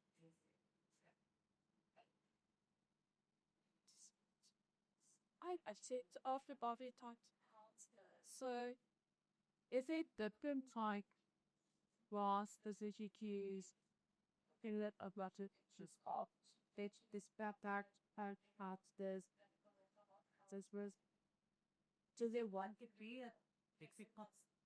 That's a beautiful question. No, yes and no, right? So me as a clinical mental health counselor, that will be my designation at the end of my master's. But I can, and as a clinical mental health counselor, I can counsel families. I can counsel married couples. But we have an additional designation, this on-site certificate designation, which would give me additional street credit. It would teach you I could learn experientially how it counsels couples just through trial and error doing the work. Or I can take the certificate program and learn a theoretical approach, identify it in my practical application. So we have subsets, just like addictions counselors. That's a subset of counseling. I can work with addiction, so that's not my area of expertise. So Ethan spoke to our code of ethics, and in the counseling, our broad code of ethics speaks to competency. So I have an ethical requirement to be competent to counsel whatever nuance or niche that I need in orgies, or to, if I don't have it, to go get it. And that would be a in addition certificate. So it'd just be a bunch of month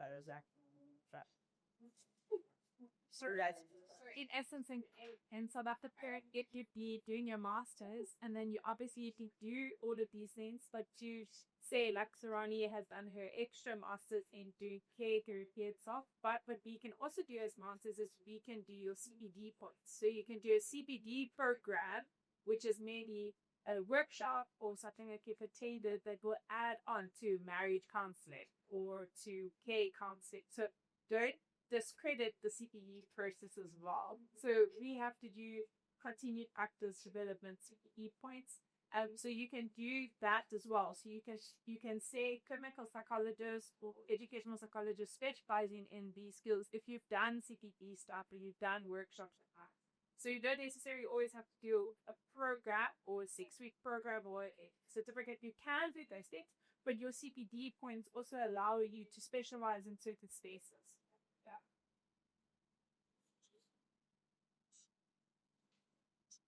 It's at this moment, in America, how's the participation for climate affected the diversity inclusion program? It's blowing straight to. It's incredibly disrupted. I don't. The least common sound members in Chicago, so they.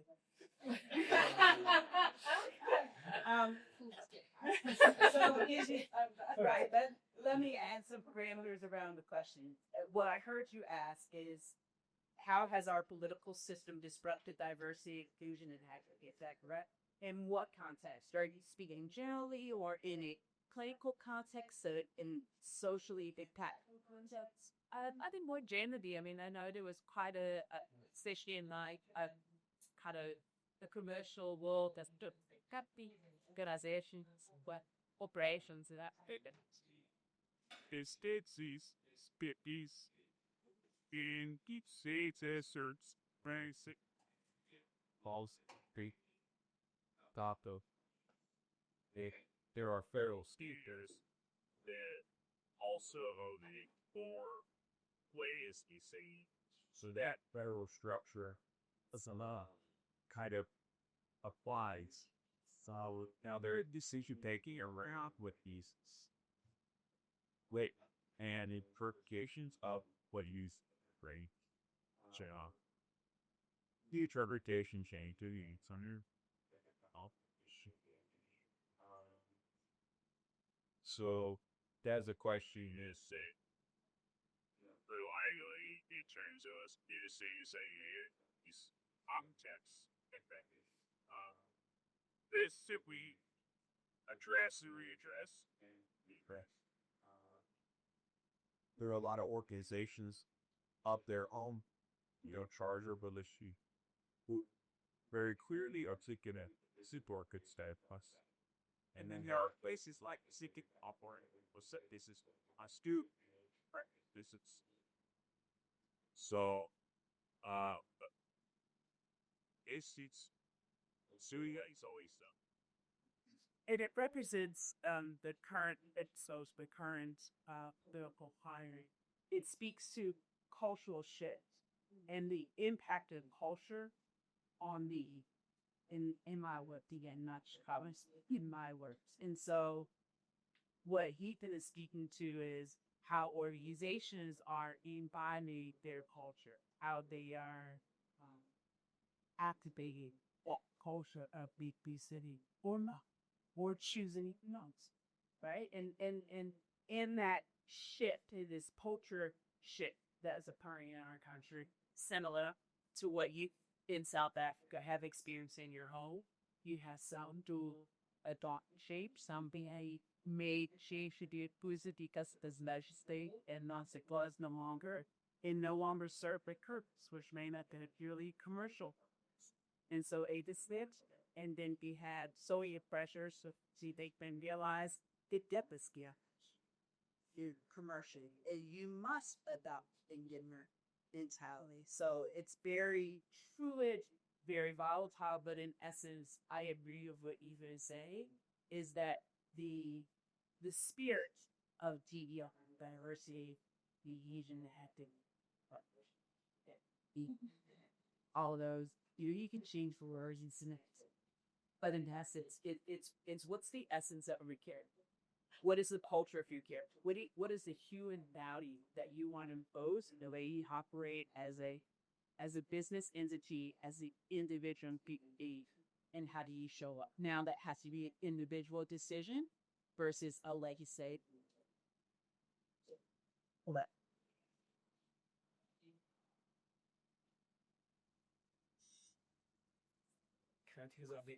Yeah, so we have a 15 to 20-minute coffee break before Jade and Bolden present. So snacks and cafe next door. Sorry. Yeah.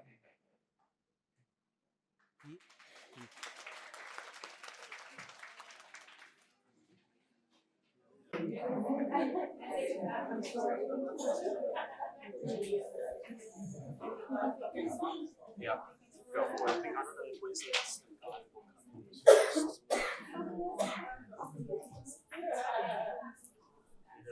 Okay. Good morning, everybody. Good morning. It's so wonderful to have you all with us. Yeah, we just wanted to say a huge welcome to all of our international guests. We're really excited to have you here and to learn from you and all your various contexts. This is Jordan and I'm Jade. We are part of the previous year's academic or BPsych group, but we did our academic honors last year or honors, and this year we're doing our practical training. And yeah, it's just been a wonderful experience. We worked alongside our wonderful supervisor Natalie last year on our research, and unfortunately our two co-researchers, our other co-researchers, couldn't be here with us today as they're busy on site doing some of their hours and they couldn't get off, but they also send their regards. So we just wanted to talk you through very briefly a nice overview of our thesis, which had to do with exploring family interventions on mental health in South Africa, and we did a systematic review. So we just wanted to talk through a little bit of background as to why we've chosen our thesis topic and why this topic is kind of important to us and very applicable to our context. South African families in South Africa are incredibly unique in that they're very different to other countries, we would like to think. It's common for children in South Africa specifically to live with other family members or associates of the biological relatives. So South Africa's complexities force many households to comprise of more than just the expected nuclear family. So two parents and their various kids. In South Africa, we actually have many households comprising of additional related and non-related occupants because it's more financially feasible to share a residence. So what we might find in South Africa is a grandfather, grandmother, an auntie and uncle, cousins, sister-in-laws, brother-in-laws, or just friends staying in the same home because it's more financially feasible rent-wise and living circumstances. Research suggests that a child's development heavily relies on a complex and intricate system of relationships, which is why families are so important. Taking South Africa's diverse family structures into consideration is so important in creating effective interventions for our families. It's not just something we can throw at a family and hope it sticks, but something specifically catered to our context. We have many difficulties facing South African families, which are unfortunately causing a detrimental effect on mental health. And some of these hardships include a lot of familial separation, parent divorce, absent fathers, division, conflict and complexity. Our crime and violence rates are really high, which causes a lot of trauma that families themselves have to deal with. As you can see this picture here, this is what a lot of our South African families actually live in, which also kind of offers this increase of infectious diseases because it's easily spread amongst close occupants. We have a high rate of teenage pregnancy. Unfortunately, we have poor service delivery as well. Food insecurity, unequal or inadequate educational opportunities. All of us here are very fortunate to be in the positions we are, having an education, but unfortunately a lot of our children in South Africa don't have that same privilege. And financial strain is quite prevalent due to unequal opportunities stemming from past injustices, like our issue with apartheid, which is still very prevalent and real today. And research also suggests that harmony within a family shows significant improvements to stress and also various mental health issues. Support in the home accompanied by a reduction of domestic stress can result in improvements to mental and physical health.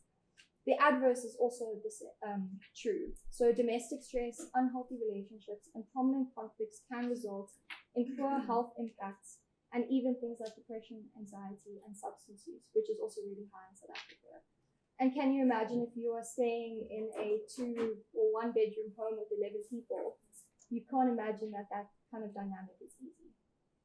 Families play a very important role in mental health, and therefore it's very important that we have interventions that take into consideration our already difficult living circumstances. I just wanted to highlight a couple of statistics of what our South African families actually look like.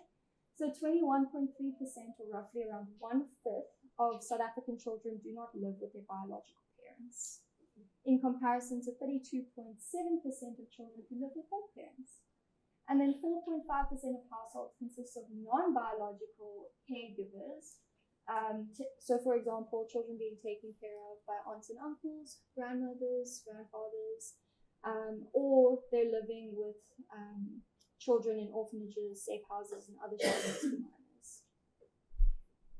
And then most children in South Africa only live with their mothers, making up 42%. So that's what I was talking about with high rates of absent fathers. And then only 4% of children live only with their fathers. I'm going to hand over to Jordan to highlight our methodology section. Thanks, Jade.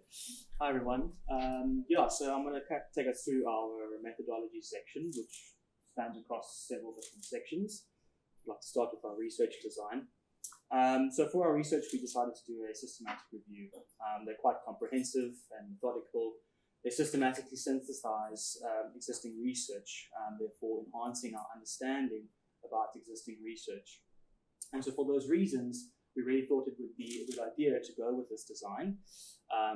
Over and above that, they're quite a rigorous research process. There's quite a high demand for systematic reviews, and quite pleasantly, there's no need for participants in this type of research.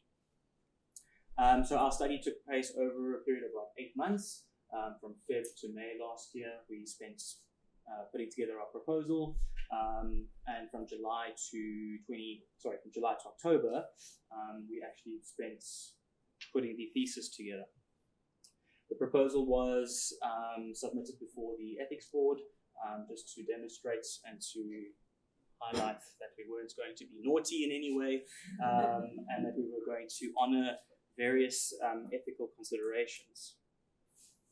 So for a systematic review, we need to decide what it is that we're going to include and what it is that we're going to exclude.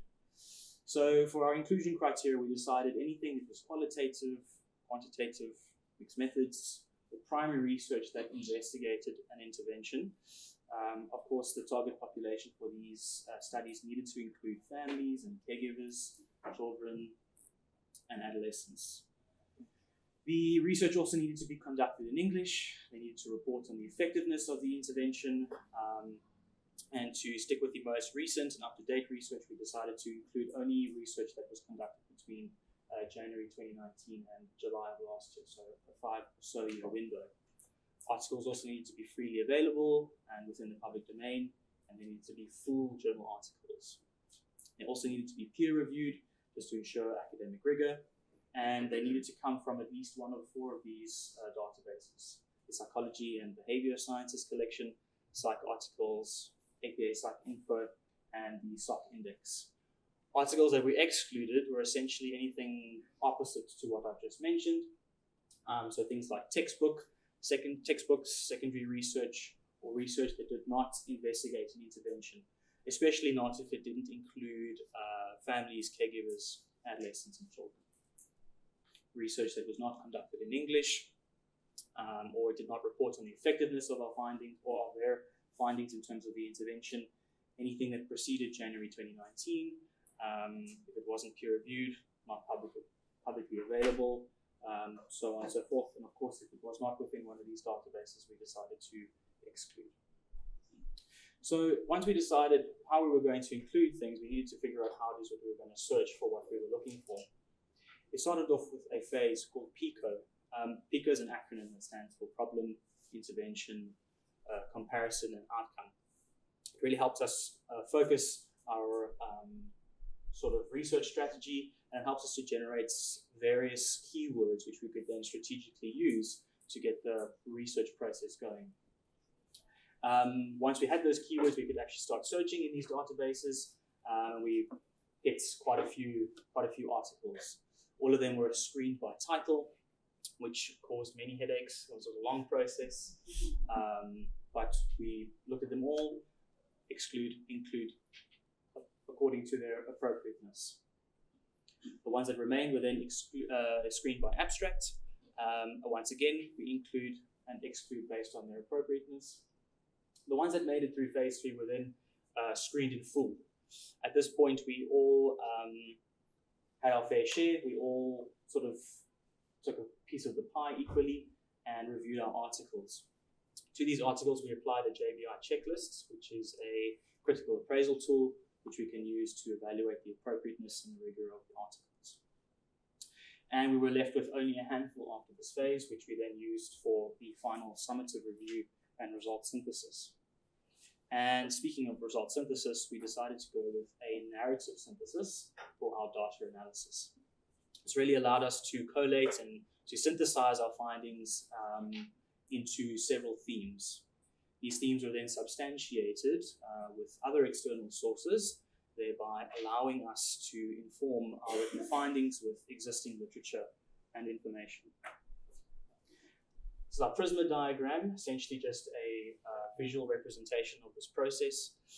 So we had a total of 348 hits, which we all examined by title. 99 were reviewed by abstract, 14 in full, which left us with a total of 5 articles. Now, these 5 articles or research studies evaluated these interventions aimed at improving mental health and mental health outcomes and caregiver-child relationships in South Africa, and more specifically in the low resource and vulnerable population settings. But from the 5 articles, we sort of highlighted 4 main intervention themes. The first of which was the mediational intervention for sensitizing caregivers. It was quite a unique intervention in that it involved videographic technology. The relationship or the interactions between parents and children were filmed and subsequently reviewed by the parents in the hopes of enhancing the interaction between parents and children, focusing on emotional and cognitive components like turn-taking, eye contact, and expanding learning. And this was really aimed at orphaned and vulnerable children. The second intervention was the Parenting for Lifelong Health intervention. And 2 of the studies that we found used this program. It is aimed at reducing harsh parenting and improving caregiver-child relationships by promoting non-violent discipline, positive engagement, and even aspects of mindfulness within the relationship. One of the studies focused on children between the ages of 2 and 9, while the other decided to incorporate other interesting aspects such as financial planning and budgeting to further promote family well-being. The third intervention included the baby mat intervention. This was also unique in that it targeted infants and new mothers. It was a psychotherapeutic intervention that was provided at local clinics. It was quite interesting. They incorporated this intervention into the already established routine checkups that these moms were participating in for health reasons. Obviously, they've just given birth. And by doing this, they could normalize mental health services and destigmatize this process through its integration into routine healthcare. But the main aim of this intervention was to promote a secure attachment between these infants and these mothers. The last intervention that we sort of grappled with was the eye movement integration therapy, similar to EMDR, eye movement desensitization and reprocessing. That's the one. Always a long one to remember. And this really focused on traumatized South African children, particularly those exposed to complex trauma or violence trauma. And it was really exploratory in nature, and it really did just highlight the need for improved specialized trauma intervention at the family level. But at this time, I want to hand over back to Jade. We're almost done. We just wanted to highlight a bit of our discussion section, and we've actually identified some key themes amongst our research, and then we'll just touch on the implications and recommendations. So our 4 key themes we identified is parenting and caregiving, interventions in low and middle income countries, much like South Africa, a contextual applicability of interventions, and mental health in South Africa. So with regards to parenting and caregiving, we found that when researching, we found literature gaps in adult mental health interventions and family interventions. We found that we would like to see more effective evidence-based interventions in low and middle income countries. The review particularly addressed these gaps as 4 out of 5 of these interventions targeted adult caregivers in South Africa. So a nice blend is what we're looking for. And then our findings. So we found that there are parenting programs or parent programs. So these aim to improve parent-child relationships and reduce parental stress. Then we also found that it involves community involvement and community-based organizations, which is quite a strategic point if you think of the context of South Africa. Because not only does it aim to empower communities, but it also utilizes them as part of the intervention itself. So reaching out to community members and making them facilitators, which is a phenomenal way of reducing stigma and empowering the community. And we also found that there's also a multi-generational approach in kinship care. So it includes the entire family and anybody who could be a caregiver. Then with regards to our interventions, so we found that it actually covers these various points as a way of intervening with families. So through psychoeducation, understanding how harsh parenting can actually be detrimental to a child. It promoted skills like communication and coping with stress, coping with child misconduct. It aimed to include psychotherapy and group therapy. And then also the last part, which we found really beautiful, is home visits. So it was a very hands-on approach of kind of being there with the parent to help assist with their various challenges. And then contextual applicability of the interventions in South Africa. So there is quite a bit of cultural applicability here by integrating mental health services into the primary health care. So as Jordan pointed out, it actually aimed to reduce stigma because the moms will be, or the parents will be visiting healthcare clinics anyways. Why not encourage our intervention as part of that routine to make it normalized that mental health is just as important as those physical visits. Then they also utilized home visits, like I said, so it's more effective than clinic-based interventions and more hands-on. And it utilized local community members as trained facilitators, which also addressed resource constraints, which is amazing. Then with regards to mental health in South Africa, 3 studies focused on children's mental health with regards to orphan and vulnerable children, traumatized children, and violence against children, which are all very prevalent, all facing numerous risk factors which necessitate affordable and effective interventions. Then with regards to parents and caregivers' mental health, socioeconomic challenges exacerbate mental health problems and difficulties in responsive parenting. So these interventions kind of aim to combat that. Then there were definitely an identified need for programs to address parental and caregiver mental health stresses. Our implications and recommendations. So our implications were that the findings are useful to guide further research on contextually applicable family intervention types and their content, format, and structure, and mode of delivery. Mental health practitioners can use the results of our research or systematic review to identify and explore further family interventions that can be used in the South African context or low to middle income countries. Then our recommendations were that we would like to see longer term follow-ups on the effectiveness of these interventions. As we noticed, a lot of the research we consulted didn't have long-term follow-ups as much as we would like to see. And also an adequate post-treatment assessment to be conducted. and then to also find or to conduct research that targets a larger sample size. As we noticed, the samples of our research were also quite small. And so a lot of what we covered seems like it's really, hopeless. But our hope is that our systematic review highlights promising evidence-based family interventions that are tailored to the South African context and can be utilized in a way that supports our South African families. Thank you so much, everybody, for your time.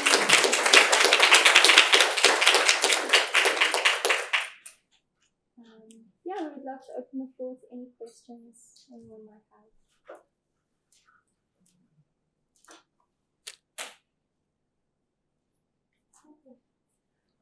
We spoke about towards the end future direction that your findings could share. Now, I know you guys said you had different phases that you went through to find the best articles that could fit your study. Like within those articles, did you see any future research identified that could branch out to the entire presentation? Sorry, future research that kind of. So the articles the single articles that you went through, while analyzing and summarizing those articles, did they list any future research or things that could be guided through the identification of South Africa and mental health itself? So I'll just share and then maybe Jordan can share his thoughts. But when reading the articles, actually some of the recommendations that came up at the end of those articles is that future research is continued. Mostly because some of our studies actually, their post-assessment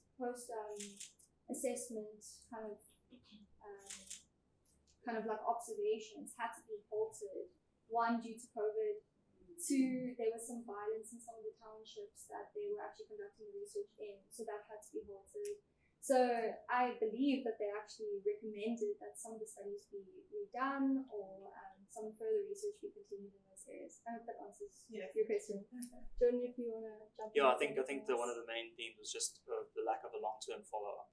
Because of these issues, that would obviously add more liability and validity to these works, which obviously weren't necessarily always present.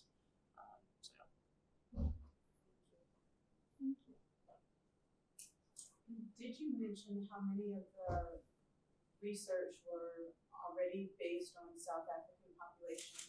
I know I saw Wade et al. And I think I know that particular article. It's not South African, so at least I don't remember being South African.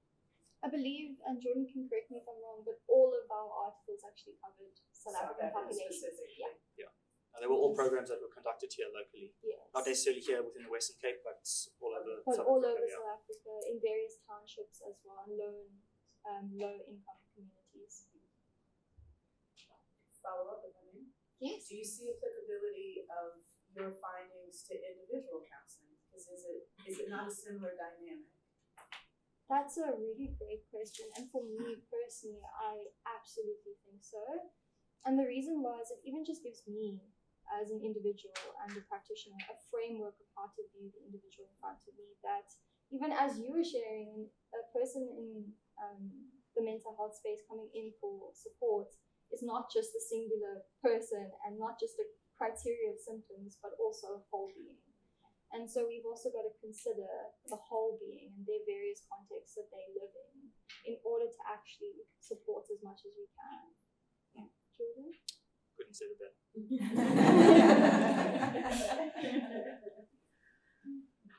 think I maybe want to just make a comment on feedback to that, because I think something that we discuss regularly in our classes is that South Africa has beautiful laws and beautiful policies, but we can never actually follow through with them because we don't have the capacity to do this.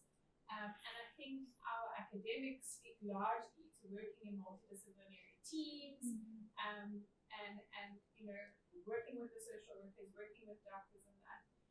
But I find even in the private practice that the practicality of this is really difficult.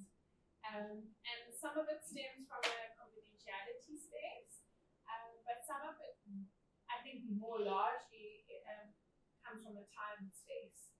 Practitioners are already quite booked or full and that kind of space, and so it's also time and many. Certainly, our medical aides don't pay for multidisciplinary meetings or sessions, so they're very limited. So there's something that I picked up from your presentation as well, is that when individuals are at clinics, we see a lot of multidisciplinary kind of things working, but in a private practice and an outpatient, it's very, very minimal. And I think that is a huge problem, because we send out into the generations, multi-generations, we send out into the community is not equipped, and neither is the individual. And so you almost see the cycle just kind of repeating itself, and something that is short term becomes long term. So again, I love our country and all its laws and things that it has, but the practicality of the implementation of that, even in our training here, is very limited, which is very hard at times, because we have this beautiful law, especially on abuse and reporting that and all of that as well. But the process that follows and the backup is almost non-existent. Absolutely. Yeah.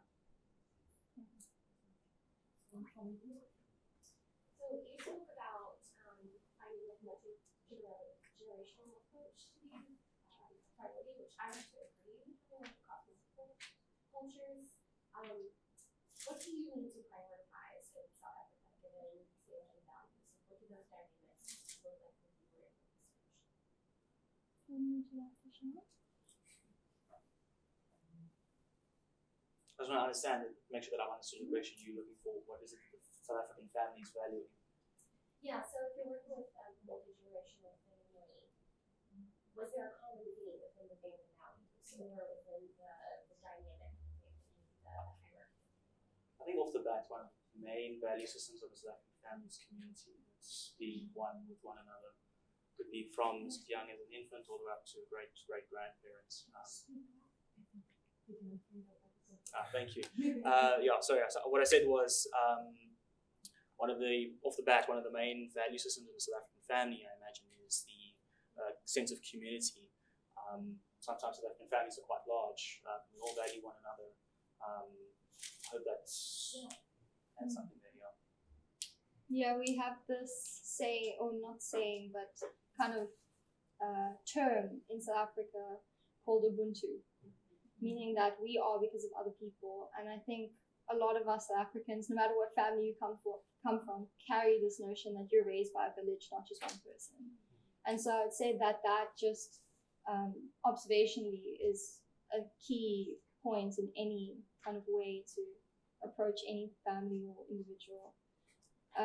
But something that I even think is quite important to note is that South Africa is very multicultural.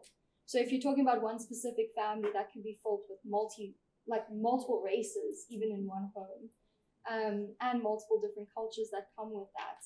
And so you can't really define a family in South Africa by one key element. It's more just seeing the family as a whole and applying different things to their individual circumstances. But I did want to give an example of a colleague of mine, Mimi. She's phenomenal, and she had a boy who has certain cultural beliefs, and she can correct me if I'm wrong, but his father passed away. And so his belief, is that his father is with him, ancestrally and spiritually. And so she lit a candle in the father's honor, inviting him into the space.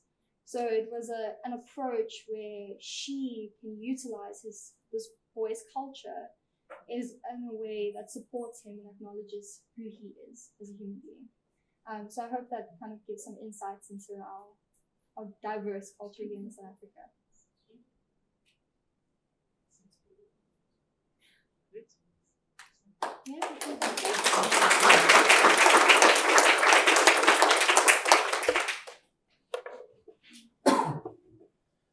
Just want to make a quick introduction and again a quick thank you to the Little Lions Child Coaching Team.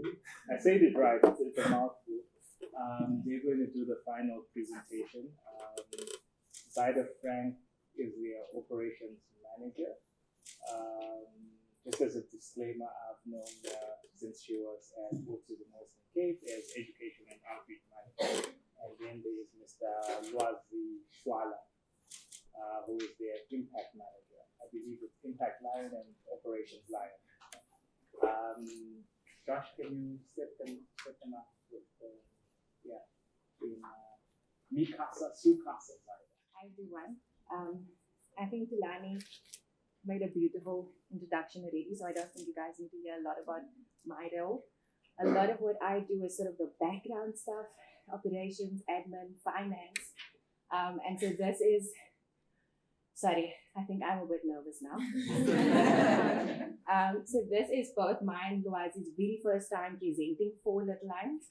I've been with them for just over a year, and Lwazi started in January. Lwazi gets to do a lot of the fun stuff, where I get to do a lot of the admin stuff. So his part of the presentation is going to focus on a lot more fun things, where mine is there. So it feels almost weird coming off of that beautiful presentation to kind of nicely sort of put into context for you the South African landscape. So I don't want to get into too much of that and sort of like explain again. But our presentation is focusing on cultivating inner resilience, advancing mental health awareness and well-being in our context specifically. And so when Delani asked me to do this presentation, or for Little Lions to do the presentation, immediately I wanted our founder or our director, Stein de Leeuw, to come and speak about his research. So Little Lions was founded by him 7 years ago? No, because of his research that has spanned over 7 years. And it focused specifically on resilience. So at Little Lions, our focus is specifically on resilience. And our sort of new motto is that resilience starts here. So it starts with us. What is resilience? It is the ability to adapt in the face of adversity. So our main focus at Little Lions is to help individuals and help children specifically. We work with a very specific pool of children. We work with kids aged 8 to 13 years of age. And the idea is to help them realize their inner resilience. So the idea is that these kids already have it, that all of us as individuals, we have a sense of resilience. And so our work focuses on specifically prevention and promotion. So not a lot of the intervention stuff, prevention and promotion, so that we can help children and individuals gain the ability to adapt in the face of adversity. What are the barriers to mental health? I feel like now I'm preaching to the converted. So government inaction, zero government support funds for mental health initiatives. So we know that about 5% of the national health budget goes to mental health, and then very few of that goes to the sort of prevention and promotion side, because everything is now obviously focused on intervention. There's trauma everywhere, post-COVID. People are going through the most. And so now no one looks at a program like Little Lions and goes, okay, prevention and promotion, let's focus on something before the trauma. Let's focus on that.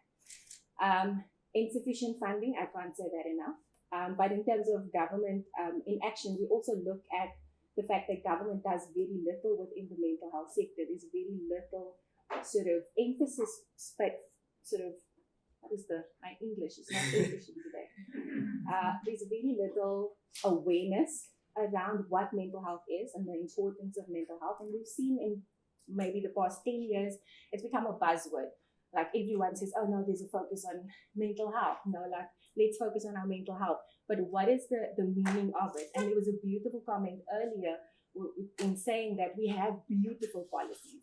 We have a beautiful constitution. We have beautiful laws and white papers that focus on sort of the prevention of certain things, but very little action is done to sort of make sure that these laws are implemented and then maintained after the fact. And I think as an NPO, we know it all too well.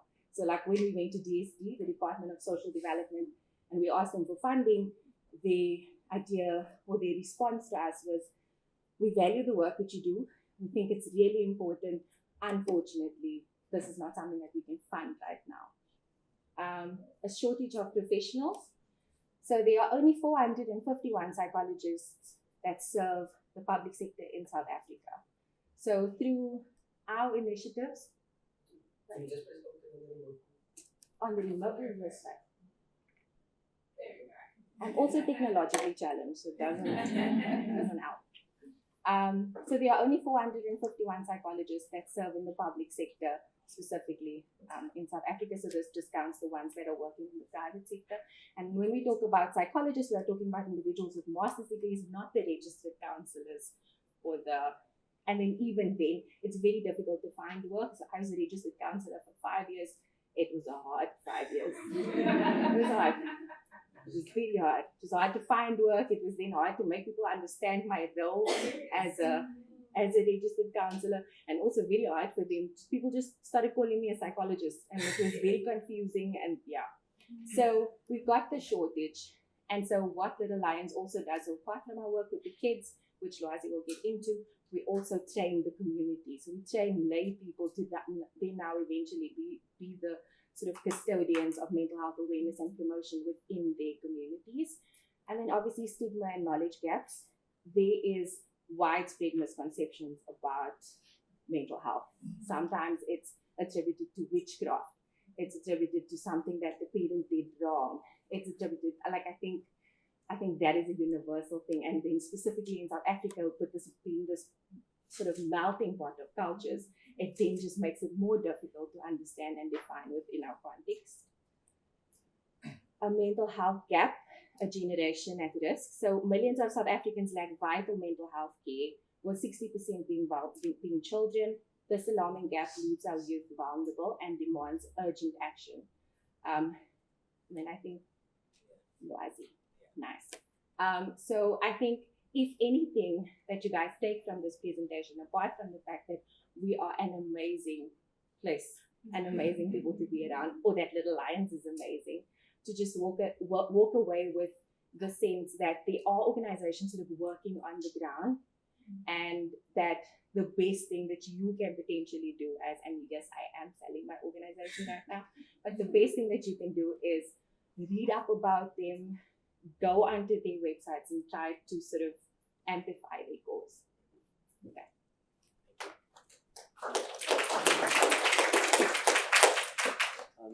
Afternoon, everyone. So yeah, quick ad break. So my sort of interest before I get into my side is I hear a lot of different accents, and it's been a long time since myself and Zaida have been in the classroom.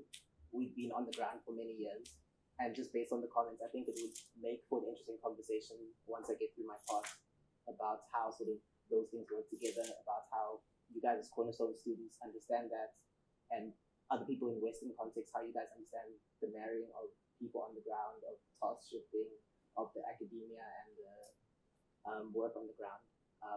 So yeah, I'm hoping, I weren't here for all the presentations, but I'm hoping that we can sort of give a different perspective from what's being shared today. But yeah, so we have a mental health crisis in South Africa. The healthcare system doesn't have the capacity to take care of the need. We have high rates of violence, of adversity, of abuse, especially for children. And then the big question is, how does one deal with that? And the way we've been dealing with it so far as a country is, how can we develop more clinical psychologists? How can we get more registered counselors, et cetera, et cetera, et cetera. But what we're realizing is that that's solving the problem at a very downstream level. And that's not to say that clinical psychologists, registered counselors, or the one-on-one psychotherapy doesn't have its place, but it's about how do we sort of holistically address the problem, both at the prevention level and at the intervention level. And sort of the idea of Little Lions is that the promotion and prevention level has been largely neglected to this point. So yeah, just to expound a bit on our origin story, so Little Lions was founded by Stein DeLille. I think you can guess which one it is. So he was a PhD candidate at the University of Cape Town, and he was doing his PhD on investigating the protective factors that boost child resilience. So what he would do, he'd go into townships around Cape Town, interview mothers and kids, and ask them about their stories of trauma, of adversity, and how they sort of understand resilience in the midst of the difficulties they face.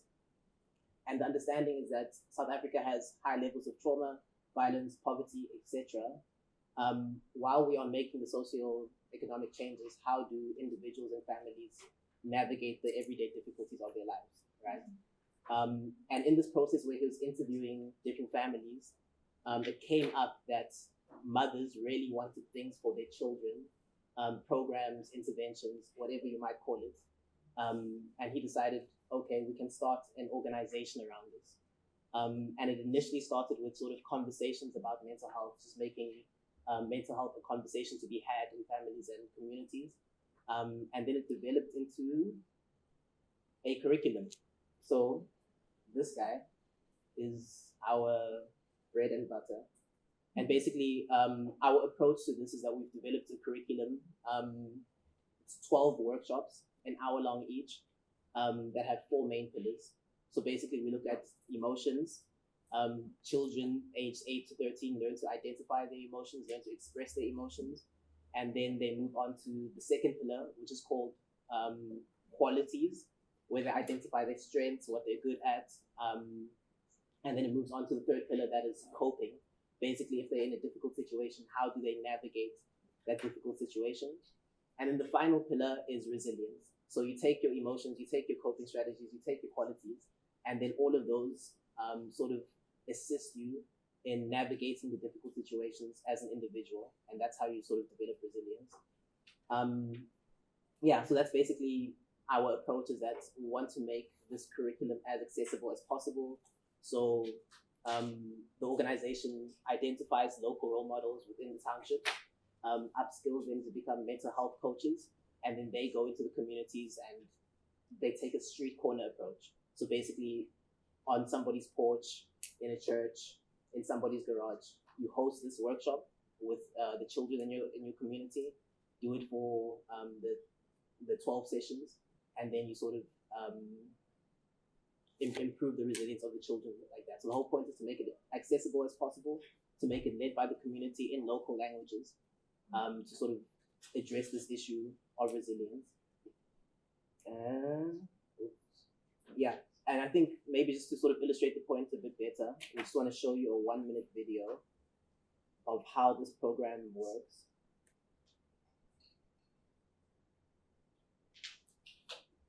I hope they sound.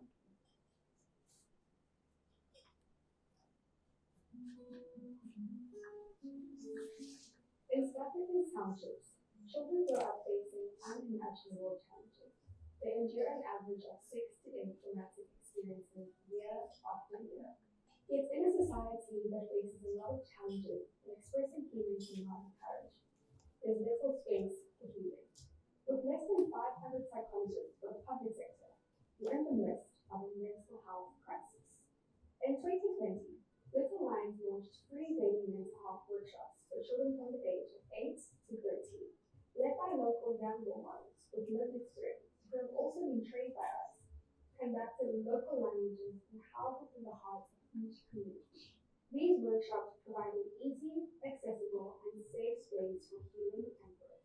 We're empowering the next generation with the emotional resilience they need to navigate life's challenges. Little Lions is not just about addressing the present, it's about shaping a better future. By providing accessible mental health resources, we're not only changing individual lives, but also transforming entire communities. Together, we find your inner light.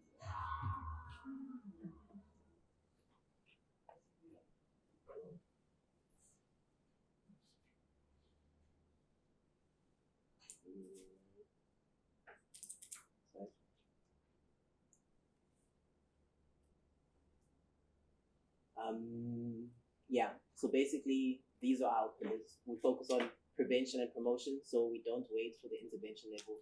We try to build resilience so that these sort of the susceptibility of children to develop mental illnesses later in life, we try to reduce that, and then focus on training local role models.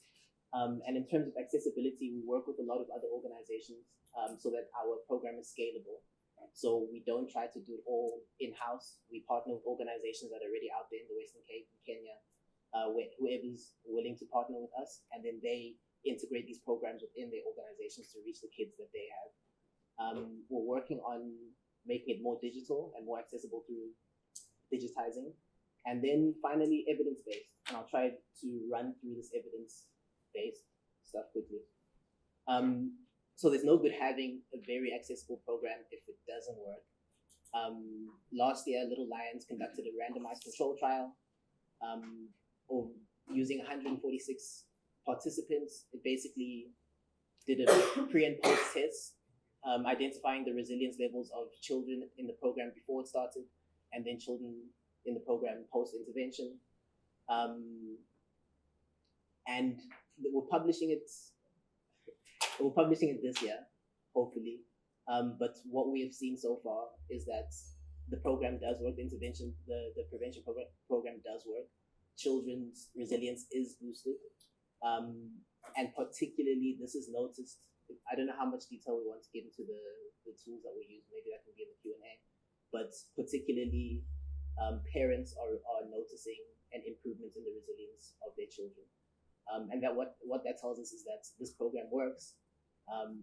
It's accessible. It can be done at scale, and it puts us on the right track to sort of addressing this bigger mental health crisis in South Africa.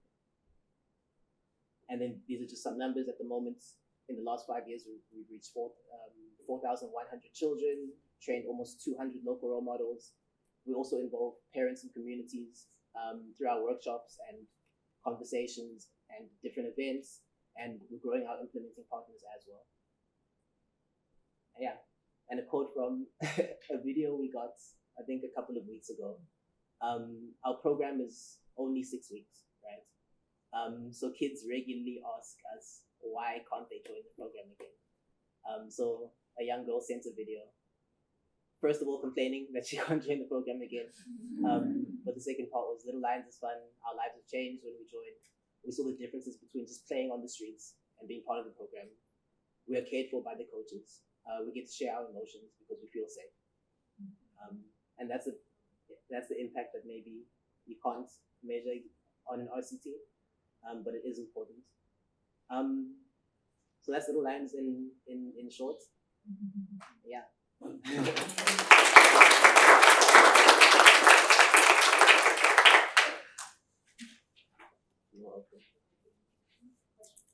Yeah. Yes. So we had the opportunity to visit community center Clifton in Johannesburg, and I wondered, since you're actually going into the townships, do you partner with those community organizations to offer the program, maybe train some of those elders who are operating those community-wide systems to more broadly distribute them?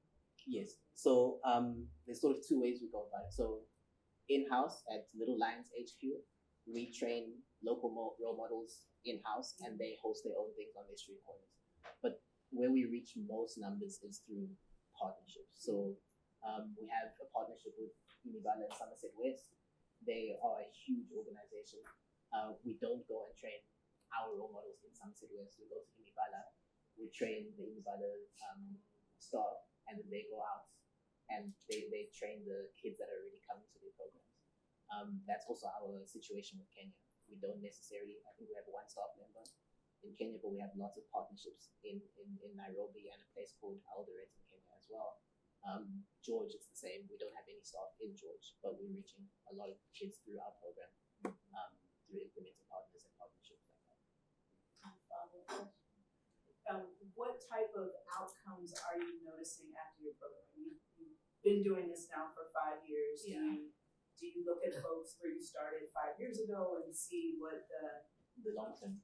Yes, what the long term outcome, and what are the manifested outcomes that you see? Yeah. So it's a conversation, because the RCT is a short term program, right? And in the RCT showed us that in the short term, we see a boost in resilience, right? That's over here, but the program, what we realized, Little Lions has moved from sort of like a startup to like, okay, it's a proper organization. How do you deal with the long-term effects? And that's the question that we're sort of wrestling with now. So what we've done recently is we've incorporated this aspect called booster sessions. So after the 6-week sessions, we give extra workshops to people who've already had the thing, and we're trying to address the sort of long-term approach using that. The outcomes long-term we're not 100% aware of. We can see the outcomes in maybe over a year or so, which is parents and children improve in their resilience, their ability to use communal resources, use individual resources, and use familiar resources to deal with their everyday distresses and stuff. That's what we've seen in the short term. Yeah. Yes. Hi. I'm not sure if you already addressed this, but you said it's a program for 6 weeks and you guys have 12 sessions. Yes. How do you make sure that the kids come back to the second session? We're the best organization in the world.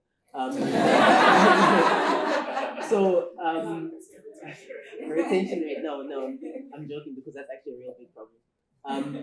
It depends. There's lots of different factors, right? So I'm not from Cape Town, but I realize that it rains in winter in Cape Town. So if you want to do workshops in winter, the retention rate is horrible, and it's not because kids don't like the program or whatever. It's just that there's circumstances. The sun goes down super early, and our program starts after school, but we have 2 sessions, so the last session might go into the evening, and then it just becomes complicated to be out. So there are different things that have to be dealt with at an individual level. So one of the bread and butter things is that make sure you loop the parents in, because in programs, kids do this thing where they'll be like, hey, I'm going to such and such program. And the parents are just like, okay, as long as you're not in the street. And then they come back at 8 o'clock and they're like, we're in such and such program. So make sure you loop the parents in, so the parents tell the kids, you go to Little Lions, come back. That comes with parents meetings, parents workshops about why we do what we do.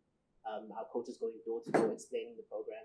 And then there's other things like, if it is a weather thing or a time thing, we adjust our program based on school holidays. We make sure we get a certain venue for a certain time during this period. So it's dealt with at an individual basis. But the program is very much based on fun and play. So the kids do enjoy the program. It's just the logistical stuff that we have to sort out as and when they arrives. Yeah. Yes. Thank you. This is very interesting. A question around why the specific age group of 8 to 13 was chosen. Yes. When foundation years are kind of where we get the most meat for our money, so to speak. Is it because the children are more independent at that age, that they can come by themselves? Is there some supervision involved? What is the rationale around the 8 to 13? Yeah. So 8 to 13, so it can be spoken in relation to the teenage years and also the ECD years. So in relation to the teenage years, we realize that by the teenage years, it's too late, right? So you have to go earlier. You don't want to do the intervention stuff, you want to do promotion and prevention. The ECD years are a bit complicated. I'm not sure about the research around this. I know recently there are conversations, DGMT is also involved in them, about mental health and ECD and socio-emotional development in ECD. I'm not sure about the literature around it. But from our experience, the sort of reasoning around emotions, coping, qualities, the reflective work, the capacity isn't there yet to retain the knowledge and apply it. So we deal with kids 8 to 13, but the way life works, sometimes we get a 7-year-old, sometimes we get a 6 turning 7, and the ones who are younger, it just flies over their head. The different sort of things that we're trying to address aren't embedded well at that age. So I'm not sure about the literature around it. I can only speak to our experiences that it's a bit too soon at ECD level. Yeah. Yes. Hi, this is amazing. Thank you. Wonderful to know that you're doing this amazing work. I know we've spoken extensively this morning about our failing systems in healthcare and mental health care specifically. So please do tell me that you've got a great funnel that's receiving the children that you recommend need additional care in mental health. So receiving, our process of how we receive. No. The process that goes after your 12 weeks, 12 sessions, and thereafter. Yeah. So we have referral systems, right? So like different social workers in the different areas, and even our partnerships in the areas aren't just for us to implement the programs in the areas. It's also, okay, if we are working in Khayelitsha, for example, is there a FAMSA in Khayelitsha that we can partner with so that they know if there is a child in our programs who's dealing with something that the program's not trying to address or beyond our scope, we can refer them and the family to FAMSA. So we operate like that in each of our organizations. Partnerships aren't just for the programs, but it's also for our referral systems within the organization. And we're not based in the organizations as an organization, so it's best to utilize those ones a little bit.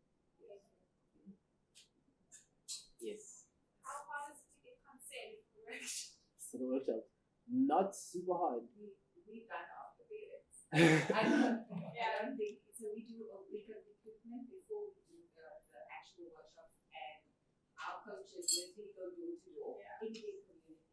And it's the reason why we use people from the communities, because it's usually easier to familiar place, someone that you know. So it's a lot easier. It's getting them to the parent meetings. Yeah.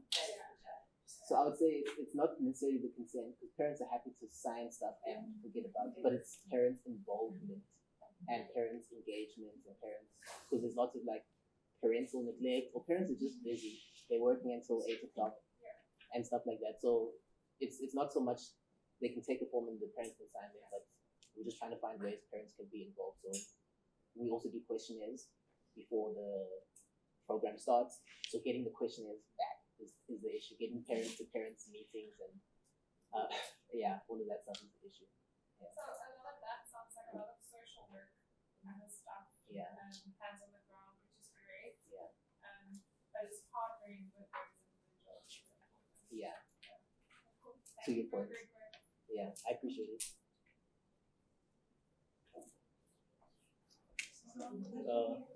Yes, yeah. Not so much a question, just a comment. Yeah. But I really appreciate the work you're doing, and I think it's so incredibly impactful in our context. Yeah. And just something I thought to point out, that I love your multilingual approach. Yeah. I think it's so important to have our languages represented, because the majority of the country doesn't speak English. Yeah. So it's amazing to have an organization that actually meets people where they're at. Yeah. And also, just language isn't just about the actual language, but even psychology and mental health can be very inaccessible just because of the academia surrounding it. So even in our workshops, we tend not to use the term mental health. So whether it's in whatever language or English, we don't use the term mental health. We try to make it as accessible to the kids, as plain and playful as possible. Yeah. Thank you so much.